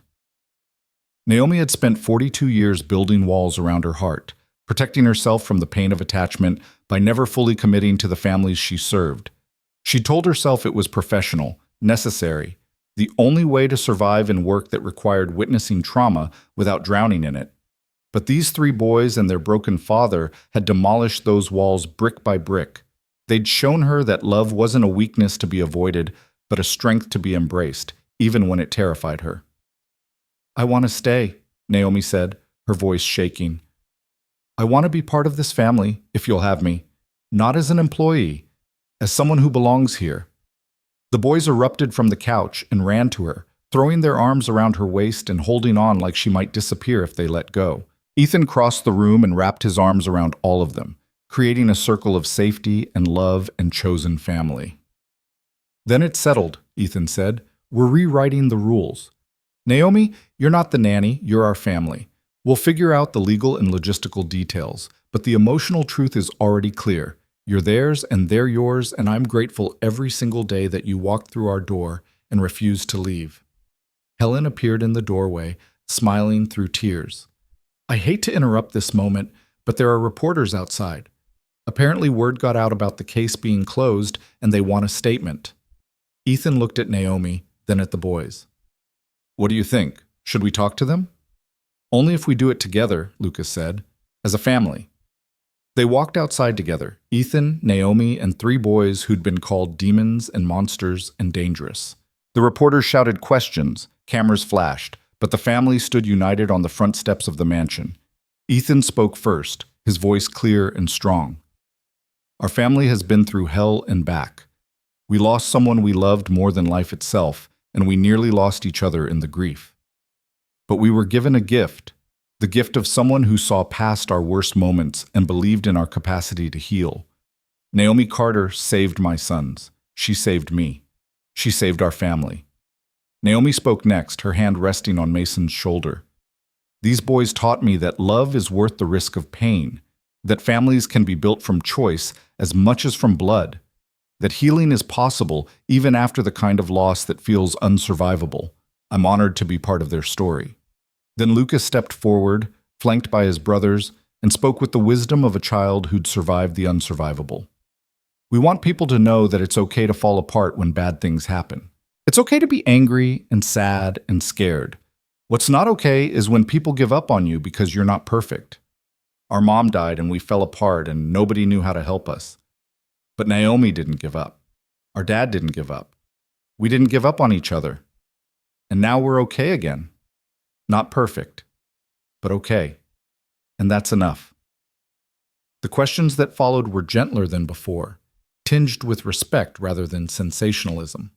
The family answered what they could, deflected what they couldn't, and finally retreated inside when the afternoon sun began to slant golden through the trees. That evening, they made dinner together in the kitchen that had become the heart of their home. Lucas measured ingredients with scientific precision. Mason danced to music only he could hear while stirring sauce. Ethan Jr. set the table with careful attention to symmetry. Ethan attempted to chop vegetables with Naomi's patient guidance, still terrible at it, but improving. And Naomi orchestrated it all with the quiet confidence of someone who'd finally found where she belonged. Later, after the boys were asleep in their campsite configuration they'd never abandoned, Naomi stood in the garden under a sky full of stars. She heard footsteps behind her and knew without looking that it was Ethan. "Thank you," he said quietly, "for staying, for choosing us. You gave me a family. I should be thanking you. We gave each other a second chance at happiness, at hope, at believing good things are still possible even after terrible loss." They stood in comfortable silence, watching fireflies blink in the darkness like tiny beacons of light.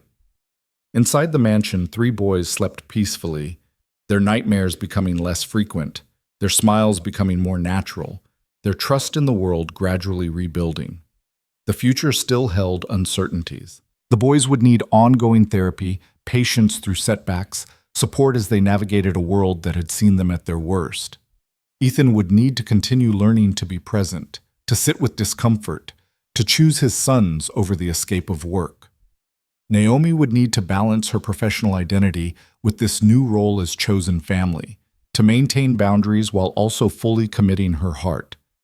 But for the first time since she'd walked through those gates 3 months ago, Naomi believed they could handle whatever came next, because they'd survived the worst already. They'd faced public judgment, institutional failure, the threat of family separation, and their own internal demons. And they'd come through it together, stronger than before, bound by something deeper than blood or contract or professional obligation. They were bound by choice, by love, by the daily decision to keep showing up for each other even when it was hard. The impossible had been accomplished. 3 untamable boys had been reached. A grieving father had been called back to life. A woman who'd built a career on temporary attachments had found permanent belonging. And a family that had been shattered by loss had been rebuilt through courage, persistence, and the radical belief that healing was always possible. Tomorrow would bring its own challenges. But tonight, under a canopy of stars, Naomi allowed herself to simply be grateful for the journey that had led her here, to this garden, to this family, to this moment of hard-won peace. 3 years later, Naomi stood in the same garden where she'd once watched 3 broken boys learn to trust again. But everything had changed. The vegetable patch had expanded into a full garden that the boys tended with pride, selling produce at the local farmers market and donating proceeds to children's grief counseling programs. The robin's nest had been replaced by countless others, a rotating cast of feathered families that the boys monitored with the dedication of junior ornithologists. And the woman who'd once been a temporary caregiver was now legally recognized as co-guardian, her name on school forms and medical documents, her voice equal to Ethan's in every decision that shaped the boys' lives. Lucas appeared at her elbow, now 9 years old and lanky, his face losing its baby roundness but retaining the intensity that had always defined him. "Mom's here," he said, then caught himself. "I mean, the photographer, for the article." Naomi smiled at the slip.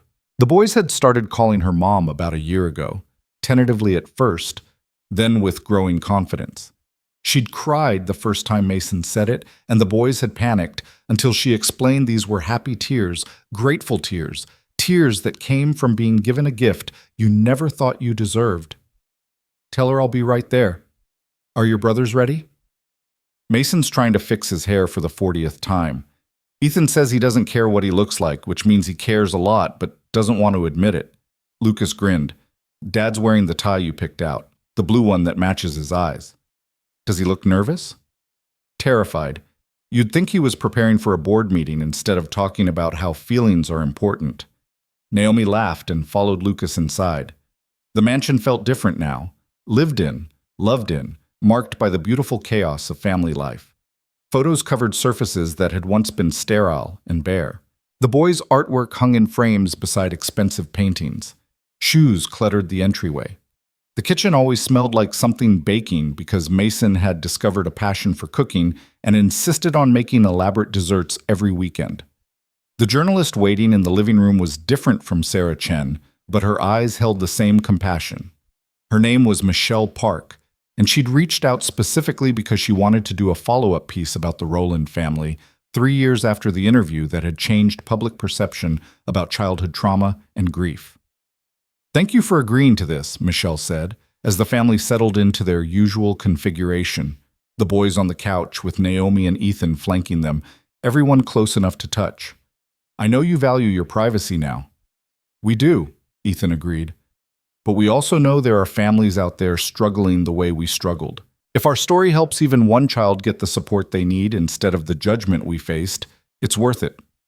Michelle's questions were thoughtful, focused less on the dramatic past and more on the quiet miracle of sustained healing. She asked the boys about school. They'd returned to their academy 2 years ago and were thriving, Lucas excelling in science, Mason in creative writing, Ethan Jr. in mathematics. She asked about therapy, which all 3 still attended weekly, though now it felt less like crisis intervention and more like routine maintenance of mental health. "Do you still miss your mother?" Michelle asked gently. Mason answered first. "Every day, but it doesn't hurt the same way anymore. It used to feel like drowning. Now it feels like a scar that's healed but still shows where the wound was." "I talk to her sometimes," Lucas added. "In my head. I tell her about school and friends and stuff. I think she'd be proud of us for not giving up." That Ethan Jr., who'd always been the most guarded, spoke last. "Mom would like Naomi. They're different people, but they both have this thing where they see you, really see you, and love you anyway. That's rare." Naomi felt tears prick her eyes. Ethan reached over and squeezed her hand. Michelle turned to Ethan. "As a father, what's the biggest lesson you've learned?" "That presence is more important than perfection. I used to think providing for my sons meant building an empire for them to inherit. But what they needed was me. Just me, showing up every day, being willing to be uncomfortable and messy and real. I still work, but my boys come first now. Always." "And you've made significant changes to your business model, haven't you?" Ethan nodded. "I've restructured my entire company around family-first policies. Unlimited parental leave, on-site childcare, mental health support for all employees. When my sons suffered, I learned that no one should have to choose between their children and their livelihood. I'm using my resources to make sure my employees never face that choice." Michelle's eyes widened. "That's a significant financial investment." "It's the best investment I've ever made. Productivity is up, retention is up, employee satisfaction is through the roof. Turns out when you treat people like humans instead of assets, everyone benefits. Who knew?" Ethan's tone was dry, self-deprecating. The conversation shifted to Naomi. Michelle leaned forward with genuine curiosity. "Ms. Carter, you've become something of an icon in the childcare and trauma recovery communities. You receive dozens of speaking requests every month. Why do you turn most of them down?" "Because my priority is this family," Naomi said simply. "I do some consulting work. I've developed a training program for trauma-informed caregivers that I teach quarterly, but I'm not interested in becoming a celebrity. I'm interested in being present for 3 boys who need me and building a life that matters." "Do you ever regret turning down the clinical director position in Philadelphia?" Naomi glanced at the boys, at Ethan, at the home they'd built together. "Not for a single second. That job would have let me help hundreds of children from a distance. This life lets me help 3 children up close, and through them, ripple out to others. The boys and I volunteer at a local grief support group for children. We share our story, we listen to theirs, we show them that survival is possible. That feels more valuable than any title." Lucas spoke up. "Naomi teaches us that helping people isn't about being perfect. It's about being honest. We tell kids at the support group about how we used to throw things and scream and make nannies cry. We don't hide it, and then we show them how we learned better ways. That helps more than pretending we were always okay." Michelle smiled. "You boys have become advocates without even trying." "Someone has to tell the truth," Ethan Jr. said. "Adults lie to kids all the time about grief. They say time heals everything, or that people who die are in a better place, or that you'll forget the pain eventually. All lies. Time doesn't heal, it just gives you space to learn to carry the pain differently. And we'll never forget Mom. We don't want to forget her, we want to remember her and live anyway." The wisdom in his 9-year-old voice made Michelle pause. She set down her recorder. "Off the record, how do you do it? How do you hold space for this much pain and this much healing simultaneously?" Naomi considered the question carefully. "You stop trying to fix the pain and start accepting it as part of the landscape. These boys lost their mother. That loss doesn't go away, and trying to make it go away would be disrespectful to their love for her. Instead, we've built a life that has room for grief and joy at the same time. We cry and we laugh, we remember and we make new memories. We honor what was lost while celebrating what remains." "And what remains is pretty good," Mason added. "We have Dad, we have Naomi, we have each other. We have Dr. Walsh at school who actually gets us. We have friends who know our story and like us anyway. We even have Helen, who pretends to be grumpy but makes our favorite cookies every Sunday." As if summoned, Helen appeared with a tray of those very cookies, still warm from the oven. The interview paused while everyone took cookies and Helen pretended to be annoyed by the crumbs, but couldn't hide her smile. After Michelle left, promising to send a draft of the article for approval before publication, the family lingered in the living room. Outside, afternoon was shifting toward evening, the light going golden and soft. "Can we tell them now?" Lucas asked his father. "We've been waiting forever." Ethan laughed. "It's been 3 days, not forever. But yes, we can tell them." The boys turned to Naomi with barely contained excitement. Mason was practically vibrating with the effort of keeping quiet. "Tell me what?" Naomi asked, suspicious of their grins. Ethan pulled an envelope from his jacket pocket and handed it to her. "The boys and I have been working on something. We wanted to wait for the right moment." Naomi opened the envelope with trembling hands. Inside were legal documents, adoption papers. Her name, the boys' names, Ethan's signature, spaces waiting for her signature, and a judge's approval. "You want to adopt me?" she asked stupidly, her brain struggling to process what she was seeing. "We want you to adopt us," Lucas corrected. "Legally, officially. So everyone knows you're not just our caregiver or our co-guardian or our dad's partner. You're our mom, for real." "We already call you mom anyway," Mason said. "This just makes it official." "We talked to a lawyer," Ethan Jr. added. "In cases where children have lost one parent, the court can approve a second parent adoption if it's in the best interest of the children. Our therapist wrote a letter saying it is. Dr. Walsh wrote one too. Even Patricia from CPS wrote one." Naomi couldn't speak. She looked at Ethan through tears, and he was crying too. "I should have asked you first," he said. "But the boys wanted it to be a surprise. They wanted you to know how much you mean to them, to us, to this family we've built. If you're not ready, if it's too much—" "Yes," Naomi interrupted. "Yes, of course, yes. I want this more than I've ever wanted anything." The boys tackled her in a hug that knocked her back against the couch cushions. Ethan joined them, and they became a tangle of arms and tears and laughter. When they finally separated, Naomi looked at each boy in turn. "I need you to understand something. I will never try to replace your mother. She was your first mom, and she'll always be that. I'm your second mom, different, but just as real. Is that okay?" "It's more than okay," Lucas said. "Mom, our first mom, would want us to be loved. She'd want us to have someone who stays. You're that person. You've always been that person." The adoption was finalized 6 weeks later in a small ceremony at the courthouse. The judge who presided was a woman in her 60s who'd followed the family's story from the beginning. "I've been on the bench for 30 years, she said, looking at the family assembled before her. "I've seen countless adoptions, but this one is special. These boys didn't need someone to save them. They needed someone to see them. Miss Carter, you saw them when the world called them monsters. You stayed when everyone else ran. You loved them when they couldn't love themselves. That's not rescue. That's recognition of inherent worth. That's the kind of love that changes lives." She signed the papers with a flourish. "Lucas Mason and Ethan Jr. Rowland, it is my honor to declare that Naomi Carter is now your legal mother, with all the rights and responsibilities that entails. And Ms. Carter, these 3 brilliant, brave boys are now officially your sons." The boys cheered.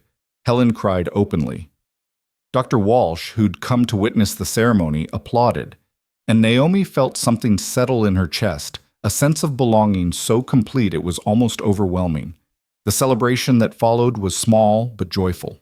They went to the boys' favorite restaurant, where the staff knew them and didn't make a fuss. They ate too much and laughed too loud, and took pictures that would join the dozens already covering every surface of the mansion. That night, tucking the boys into their beds, they'd finally transitioned to sleeping in their own rooms, though they still gathered in one room on hard nights. Naomi marveled at how different this ritual felt from the first time she'd done it 3 years ago. "Mom?" Mason asked as she was turning out his light. "Yes, sweetheart? Do you think our first mom knows about you? Like, wherever she is, do you think she knows we're okay?" Naomi sat on the edge of his bed. "I like to think she does. I like to think she's been watching over you, and when I showed up, she breathed a sigh of relief knowing someone was finally going to take care of you the way you deserved." "I think she sent you," Mason said. "I think she looked around heaven or wherever and found the best person for us and sent her to our door." "That's a beautiful thought," It's not just a thought. It's what happened. You're our angel. I'm not an angel. I'm just a woman who fell in love with 3 extraordinary boys. Same thing, Mason said, and rolled over to sleep with a smile on his face. In Lucas's room, the conversation was different. He was reading a book about space exploration, but he set it down when Naomi entered. I've been thinking about the interview, he said, about what that lady asked about regrets. What about it? Do you regret how we treated you when you first got here? How mean we were? How hard we tried to make you leave? Naomi sat beside him. Lucas, you were 6 years old and drowning in grief. You weren't mean. You were surviving the only way you knew how. And no, I don't regret it. Every hard moment led us here. If it had been easy, we wouldn't have built something this strong. But we threw things at you. We said we hated you. We made you clean up Mason's vomit. And I stayed. That's the point. You tested whether I was safe, whether I'd abandon you like everyone else. I passed the test. We built trust together. That's not something to regret. That's something to be proud of. Lucas absorbed this, his expression thoughtful. I'm proud of us too, of who we became after everything fell apart. So am I. You're one of the bravest people I know. Even braver than astronauts? Especially braver than astronauts. They explore outer space. You explored your grief and came through it. That takes more courage than any space mission.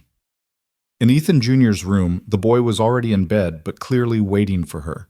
He'd arranged his stuffed animals in precise lines on his shelf, a remnant of his need for control that had softened but never fully disappeared. I wrote something, he said, for school. Can I read it to you? Of course. He pulled out a notebook and read in his serious, careful voice. My family is different from other families. I have a dad who used to run away from sadness but learned to stay. I have brothers who are the same age as me, and we share everything, including our memories of our first mom. And I have a second mom who chose us when we were broken and loved us into being whole. Some people think families have to look a certain way, but I think families are made of people who refuse to give up on each other. That's what makes them real. Naomi's vision blurred with tears. That's beautiful and true. My teacher said I should read it at the school assembly. Parents are coming. I wanted to make sure you'd be there. Wild horses couldn't keep me away. Good, because I want everyone to know that having 2 moms isn't sad. The first one died, and that's sad. But the second one chose to stay, and that's happy. Both things are true at the same time. Naomi kissed his forehead. You are wise beyond your years. I learned from you. After the boys were asleep, Naomi found Ethan on the terrace, looking out at the grounds lit by moonlight. He handed her a glass of wine without speaking, and they stood in comfortable silence. I never thanked you properly, Ethan finally said, for saving us, for seeing past my failures as a father and helping me become who I needed to be. You saved yourself. I just provided support. You provided everything: hope, structure, unconditional love, a roadmap for healing. You gave me my sons back. You gave me a reason to be present in my own life. He turned to face her. And somewhere along the way, you gave me something else, something I thought died with my wife. Naomi's heart stuttered. They'd danced around this for months, the growing awareness that what existed between them was more than co-parenting, more than partnership. It was affection that had deepened into something that felt dangerously close to love.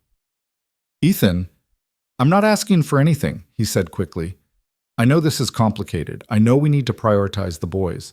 I know my late wife will always be part of this equation, but I also know that I'm falling in love with you, and I needed you to know that. Even if we never act on it, even if it stays exactly as it is now, I needed to be honest. Naomi set down her wine glass with shaking hands. I'm falling in love with you too. I have been for a while. And you're right, it's complicated. The boys need stability, not romantic drama. We can't risk the family dynamic we've built. So we wait, Ethan said. We let the boys grow more secure. We let time prove that what we feel isn't just proximity or gratitude or trauma bonding. We be patient. Patience isn't very romantic. Neither is adoption paperwork or family therapy or learning to cook vegetables without burning them. But we've built something beautiful out of unromantic building blocks. We can do it again. Naomi smiled through tears. You've come a long way from the man who couldn't look at his sons without drowning in grief. I had a good teacher. They stood close together under the stars, not quite touching, but near enough to feel each other's warmth. It wasn't the passionate romance of movies or novels. It was better. It was real, complicated, hard-won, and patient. It was love that prioritized the boy's well-being over immediate gratification. It was grown-up love, the kind that built foundations instead of fireworks. The months that followed brought more milestones. Ethan Jr. did read his essay at the school assembly, and there wasn't a dry eye in the auditorium. The boy's story inspired the school to implement a comprehensive grief support program for students experiencing loss. Lucas won the science fair with a project about how stress affects plant growth, a thinly veiled metaphor for their own journey. Mason published a short story in the school literary magazine about a boy who thought he was broken, but learned he was just healing. The training program Naomi had developed attracted national attention. She was invited to speak at conferences, to consult on policy changes, to help reshape how institutions approach childhood trauma. She accepted the opportunities that allowed her to work from home or travel briefly, always ensuring the boys' routines remained stable. One evening, Patricia Reeves called with unexpected news. The two former nannies who'd leaked the security footage had been convicted and sentenced to community service working with trauma-informed care programs, a judge's idea of restorative justice that would teach them what they should have learned before taking jobs with grieving children. "They want to apologize," Patricia said, "to you and to the boys. I told them I'd ask if you were open to it." Naomi discussed it with Ethan and the boys. Lucas was immediately opposed, Mason was uncertain, and Ethan Jr. surprised everyone by saying they should hear them out. Maybe they learned something, he reasoned. Maybe they're actually sorry. And maybe hearing them apologize will help us let go of the last bit of anger. The meeting was arranged for neutral territory, Patricia's office, with her and Dr. Walsh present as mediators. The women looked diminished, ashamed, nothing like the confident caregivers who'd fled the mansion in tears years ago. The first woman, whose name was Jennifer, spoke with her eyes on her hands. "I don't expect forgiveness. What we did was cruel and selfish. We sold your worst moments for money and attention, and we tried to justify it by calling you problem children. But you weren't the problem, we were. We took a job we weren't qualified for, and when we couldn't handle it, we blamed you instead of ourselves. I'm sorry. Truly, deeply sorry." The second woman, Rebecca, added, "Working with the trauma program has taught me what you were going through. I understand now that everything you did, the anger, the testing, the pushing away, was normal grief response for children who'd lost their mother. You needed trained professionals who understood trauma. Instead, you got people like us who expected you to grieve politely and quietly. We failed you. And then we made it worse by exposing you publicly. There's no excuse for what we did." The boys listened silently. Naomi watched their faces, ready to end the meeting if they showed any distress, but they seemed thoughtful rather than upset. Finally, Lucas spoke. "You hurt us. A lot. We already had people thinking we were monsters, and you made it worse." "I know," Jennifer whispered. "I'm so sorry." "But we're okay now," Lucas continued. "Better than okay. We have a mom who actually understands us and a dad who shows up. We have a good life. So your apology doesn't change the past, but maybe it means other kids won't have to go through what we did. Maybe you'll be better now." Mason added, "I forgive you. Not because what you did was okay, but because holding on to anger about it takes energy I'd rather use for happy things." Ethan Jr. was last. "I don't forgive you yet. Maybe I will someday. But I appreciate that you apologized and that you're learning. Just don't hurt any more kids." The meeting ended with handshakes that were civil, if not warm. Driving home, the boys processed their feelings with the emotional literacy they'd spent years developing. "I'm glad we did that," Mason said. "It felt like closing a chapter." "Does everything have to be a writing metaphor with you?" Lucas teased. "Yes, because life is a story we're all writing, and I like having control over my narrative." Naomi smiled at Ethan in the rearview mirror. These boys. These extraordinary, resilient, brave boys who'd learned to metabolize pain into wisdom and anger into advocacy. 2 years passed in a blur of school plays and soccer games and family dinners. The boys turned 11, then 12, hovering on the edge of adolescence with all its complications. They faced new challenges: friendship drama, academic pressure, the physical and emotional changes of puberty. But they faced them with tools most children didn't have: therapy, open communication, adults who listened without judgment, and the bone-deep knowledge that they were loved unconditionally. On the 5th anniversary of Naomi's arrival at the mansion, the family held a private celebration in the garden. The boys had planned it in secret, decorating with photos that chronicled their journey from broken to whole. There were pictures from the early days: tentative smiles, bodies still held rigid with distrust. Pictures from the middle period: genuine laughter, casual touching, the ease of belonging. And recent pictures that showed 4 people who'd become a family not through biology, but through choice and commitment and daily acts of love. "We wanted to show you something," Lucas said, pulling out a large poster board they'd hidden behind the garden bench. On it, they'd created a timeline with markers for major moments. First day Naomi arrived. First time we laughed together. First time we called her mom. Adoption day. First family vacation. Mason's first published story. Lucas's science award. Ethan Jr.'s math competition victory. But it was the last entry that made Naomi cry. In careful handwriting, all 3 boys had signed: "The day we stopped being broken and started being whole." "You were never broken," Naomi said through tears. "You were wounded. There's a difference." "Either way," Ethan Jr. said, "you helped us heal. All of us. Even Dad." Ethan stepped forward, and Naomi saw something in his expression that made her heart race. He took her hand, and the boys arranged themselves in a semicircle, their faces bright with barely contained excitement. "5 years ago," Ethan said, "a woman walked through our door and refused to give up on 3 angry, grieving boys and their disaster of a father. She taught us how to feel our feelings instead of running from them. She showed us that family is built through showing up, day after day, even when it's hard. She gave us back our lives." "Ethan, what are you—" "Let me finish," he said gently. "The boys and I have talked about this extensively. We've discussed it with their therapists, with Dr. Walsh, even with Helen. Everyone agrees that what I'm about to do won't disrupt the family dynamic, because you've already been my partner in every way that matters. Naomi Carter, will you marry me?" He pulled out a ring, simple, elegant, nothing like the flashy wealth he could have afforded. It was perfect. The boys cheered before Naomi could answer. "Say yes," Mason shouted. "We already planned the wedding." "You what?" Naomi laughed through tears. "Small ceremony, just family and close friends," Lucas explained. "Garden reception, Helen's making the cake. We have a whole binder with plans, but only if you say yes." Naomi looked at the man who'd learned to be present, at the boys who'd learned to trust, at the family they'd built from ruins and resilience. She thought about the woman she'd been 5 years ago, competent, professional, emotionally guarded. That woman would have said this was too complicated, too risky, too much entanglement with a professional situation. But that woman no longer existed.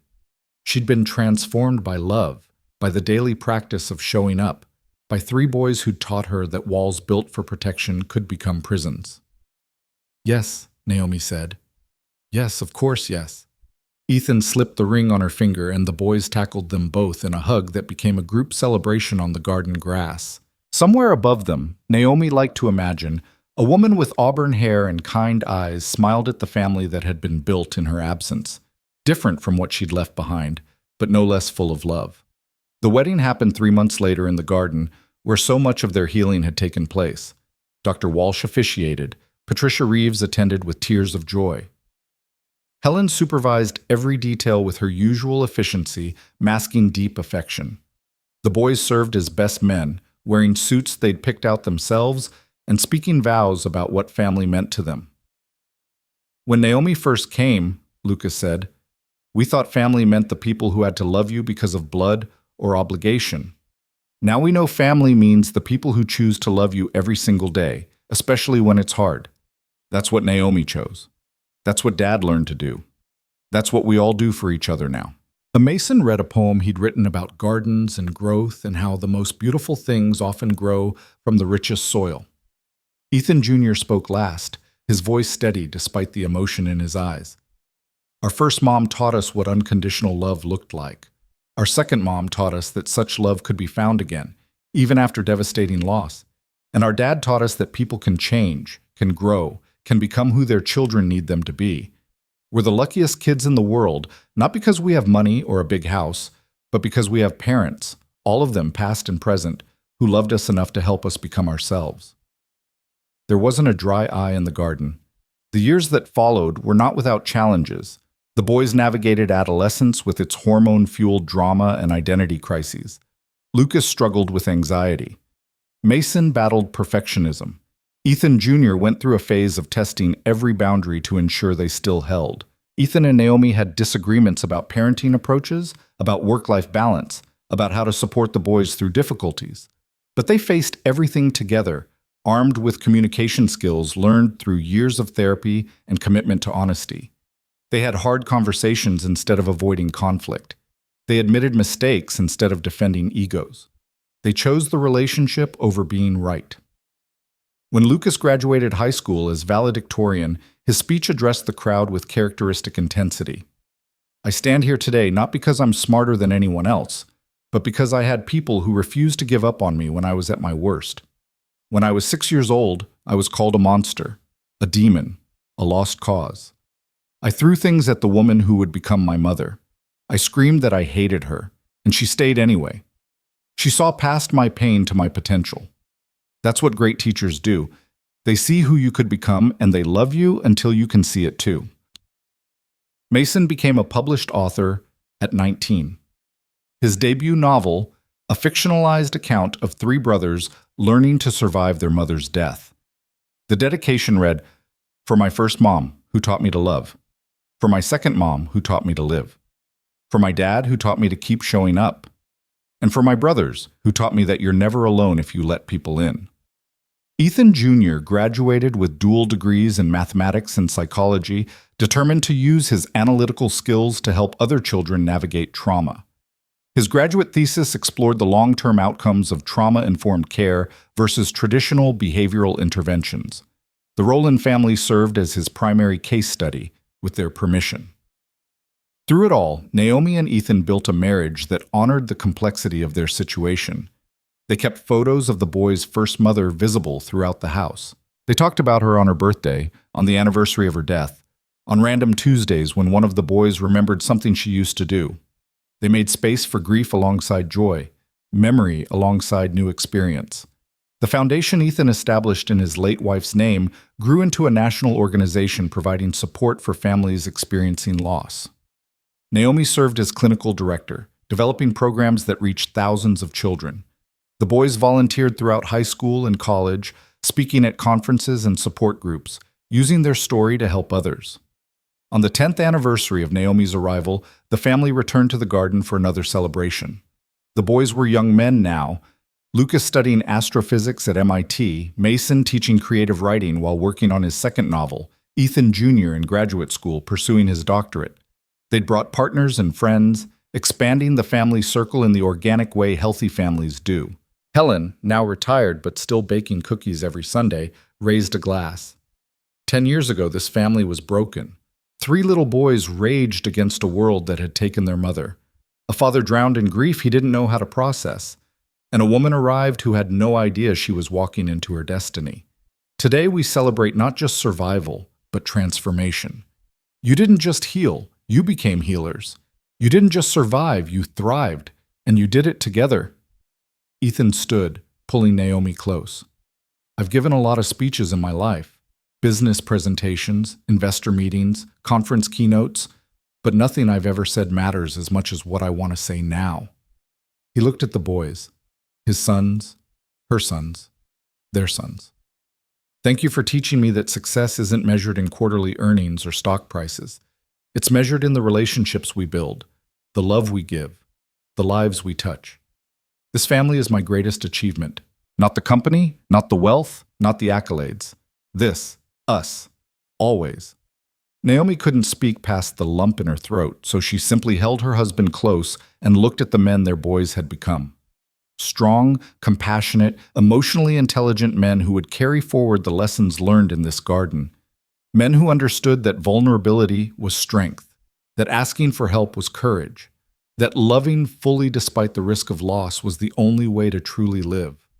As the evening deepened and stars emerged overhead, Lucas pulled out his guitar, a hobby he'd picked up in high school, and played softly while Mason read from his new manuscript. Ethan Jr. sat with his partner, their heads close together, whispering and laughing. Friends and family mingled, sharing stories and memories, creating the kind of warmth that makes a house a home. Naomi slipped away for a moment, walking to the far edge of the garden where a small memorial stood. They'd planted a cherry tree in honor of the boy's first mother, and beneath it rested a plaque. Sarah Rowland, beloved mother, forever remembered, forever loved. Thank you, Naomi whispered to the woman she'd never met, but felt connected to across the bridge of shared love for 3 extraordinary boys. Thank you for loving them so well that they knew how to love again. Thank you for giving them the foundation I built on. I'll take care of them, I promise. A hand touched her shoulder. Ethan stood beside her, understanding without words what she needed. They stood together in front of the memorial, honoring the woman whose death had devastated this family and whose love had given them the capacity to heal. She would approve, Ethan said quietly. Of you, of us, of the family we've built. She'd be grateful they had you when I was too lost to be what they needed. You found your way back. That's what matters. Because you showed me the path. They returned to the celebration hand in hand, stepping back into the light and laughter and love that filled the garden. The future stretched before them, unknown and uncertain as all futures are, but faced together by a family that had learned the most important truth, that love, real, committed, daily practice love, could transform anything, even tragedy, even loss, even 3 angry boys and their broken father and a woman who thought she'd built walls too high to scale. Years from now, when people asked the Rowland boys about their childhood, they would tell the truth. They would talk about losing their mother, about the darkness that followed, about the destruction they caused while drowning in grief. But they would also talk about the woman who arrived and refused to see them as problems to be fixed. They would talk about learning to feel their feelings instead of acting them out. They would talk about a father who learned to be present even when it hurt. They would talk about a family rebuilt from ruins, stronger in the broken places, beautiful because of the scars instead of despite them. And somewhere in the telling, children listening would hear hope. They would hear that the worst moments don't define you, that healing is possible, that families can be built as well as born, that love, patient, persistent, unconditional love, can accomplish miracles. The Rowland family's story wasn't about a fairy tale rescue. It was about the daily choice to keep showing up, to keep trying, to keep loving even when it would be easier to run. It was about courage measured not in grand gestures but in small moments, sitting with grief instead of fleeing it, choosing honesty over comfort, believing in potential when evidence suggested impossibility. As the celebration continued into the night, Naomi looked around at the family she'd been given and the family she'd chosen and understood that they were one and the same. This was her legacy, not a clinical director title or a spot in academic journals, but 3 men who knew how to love deeply and grieve honestly and live fully because someone had shown them it was possible.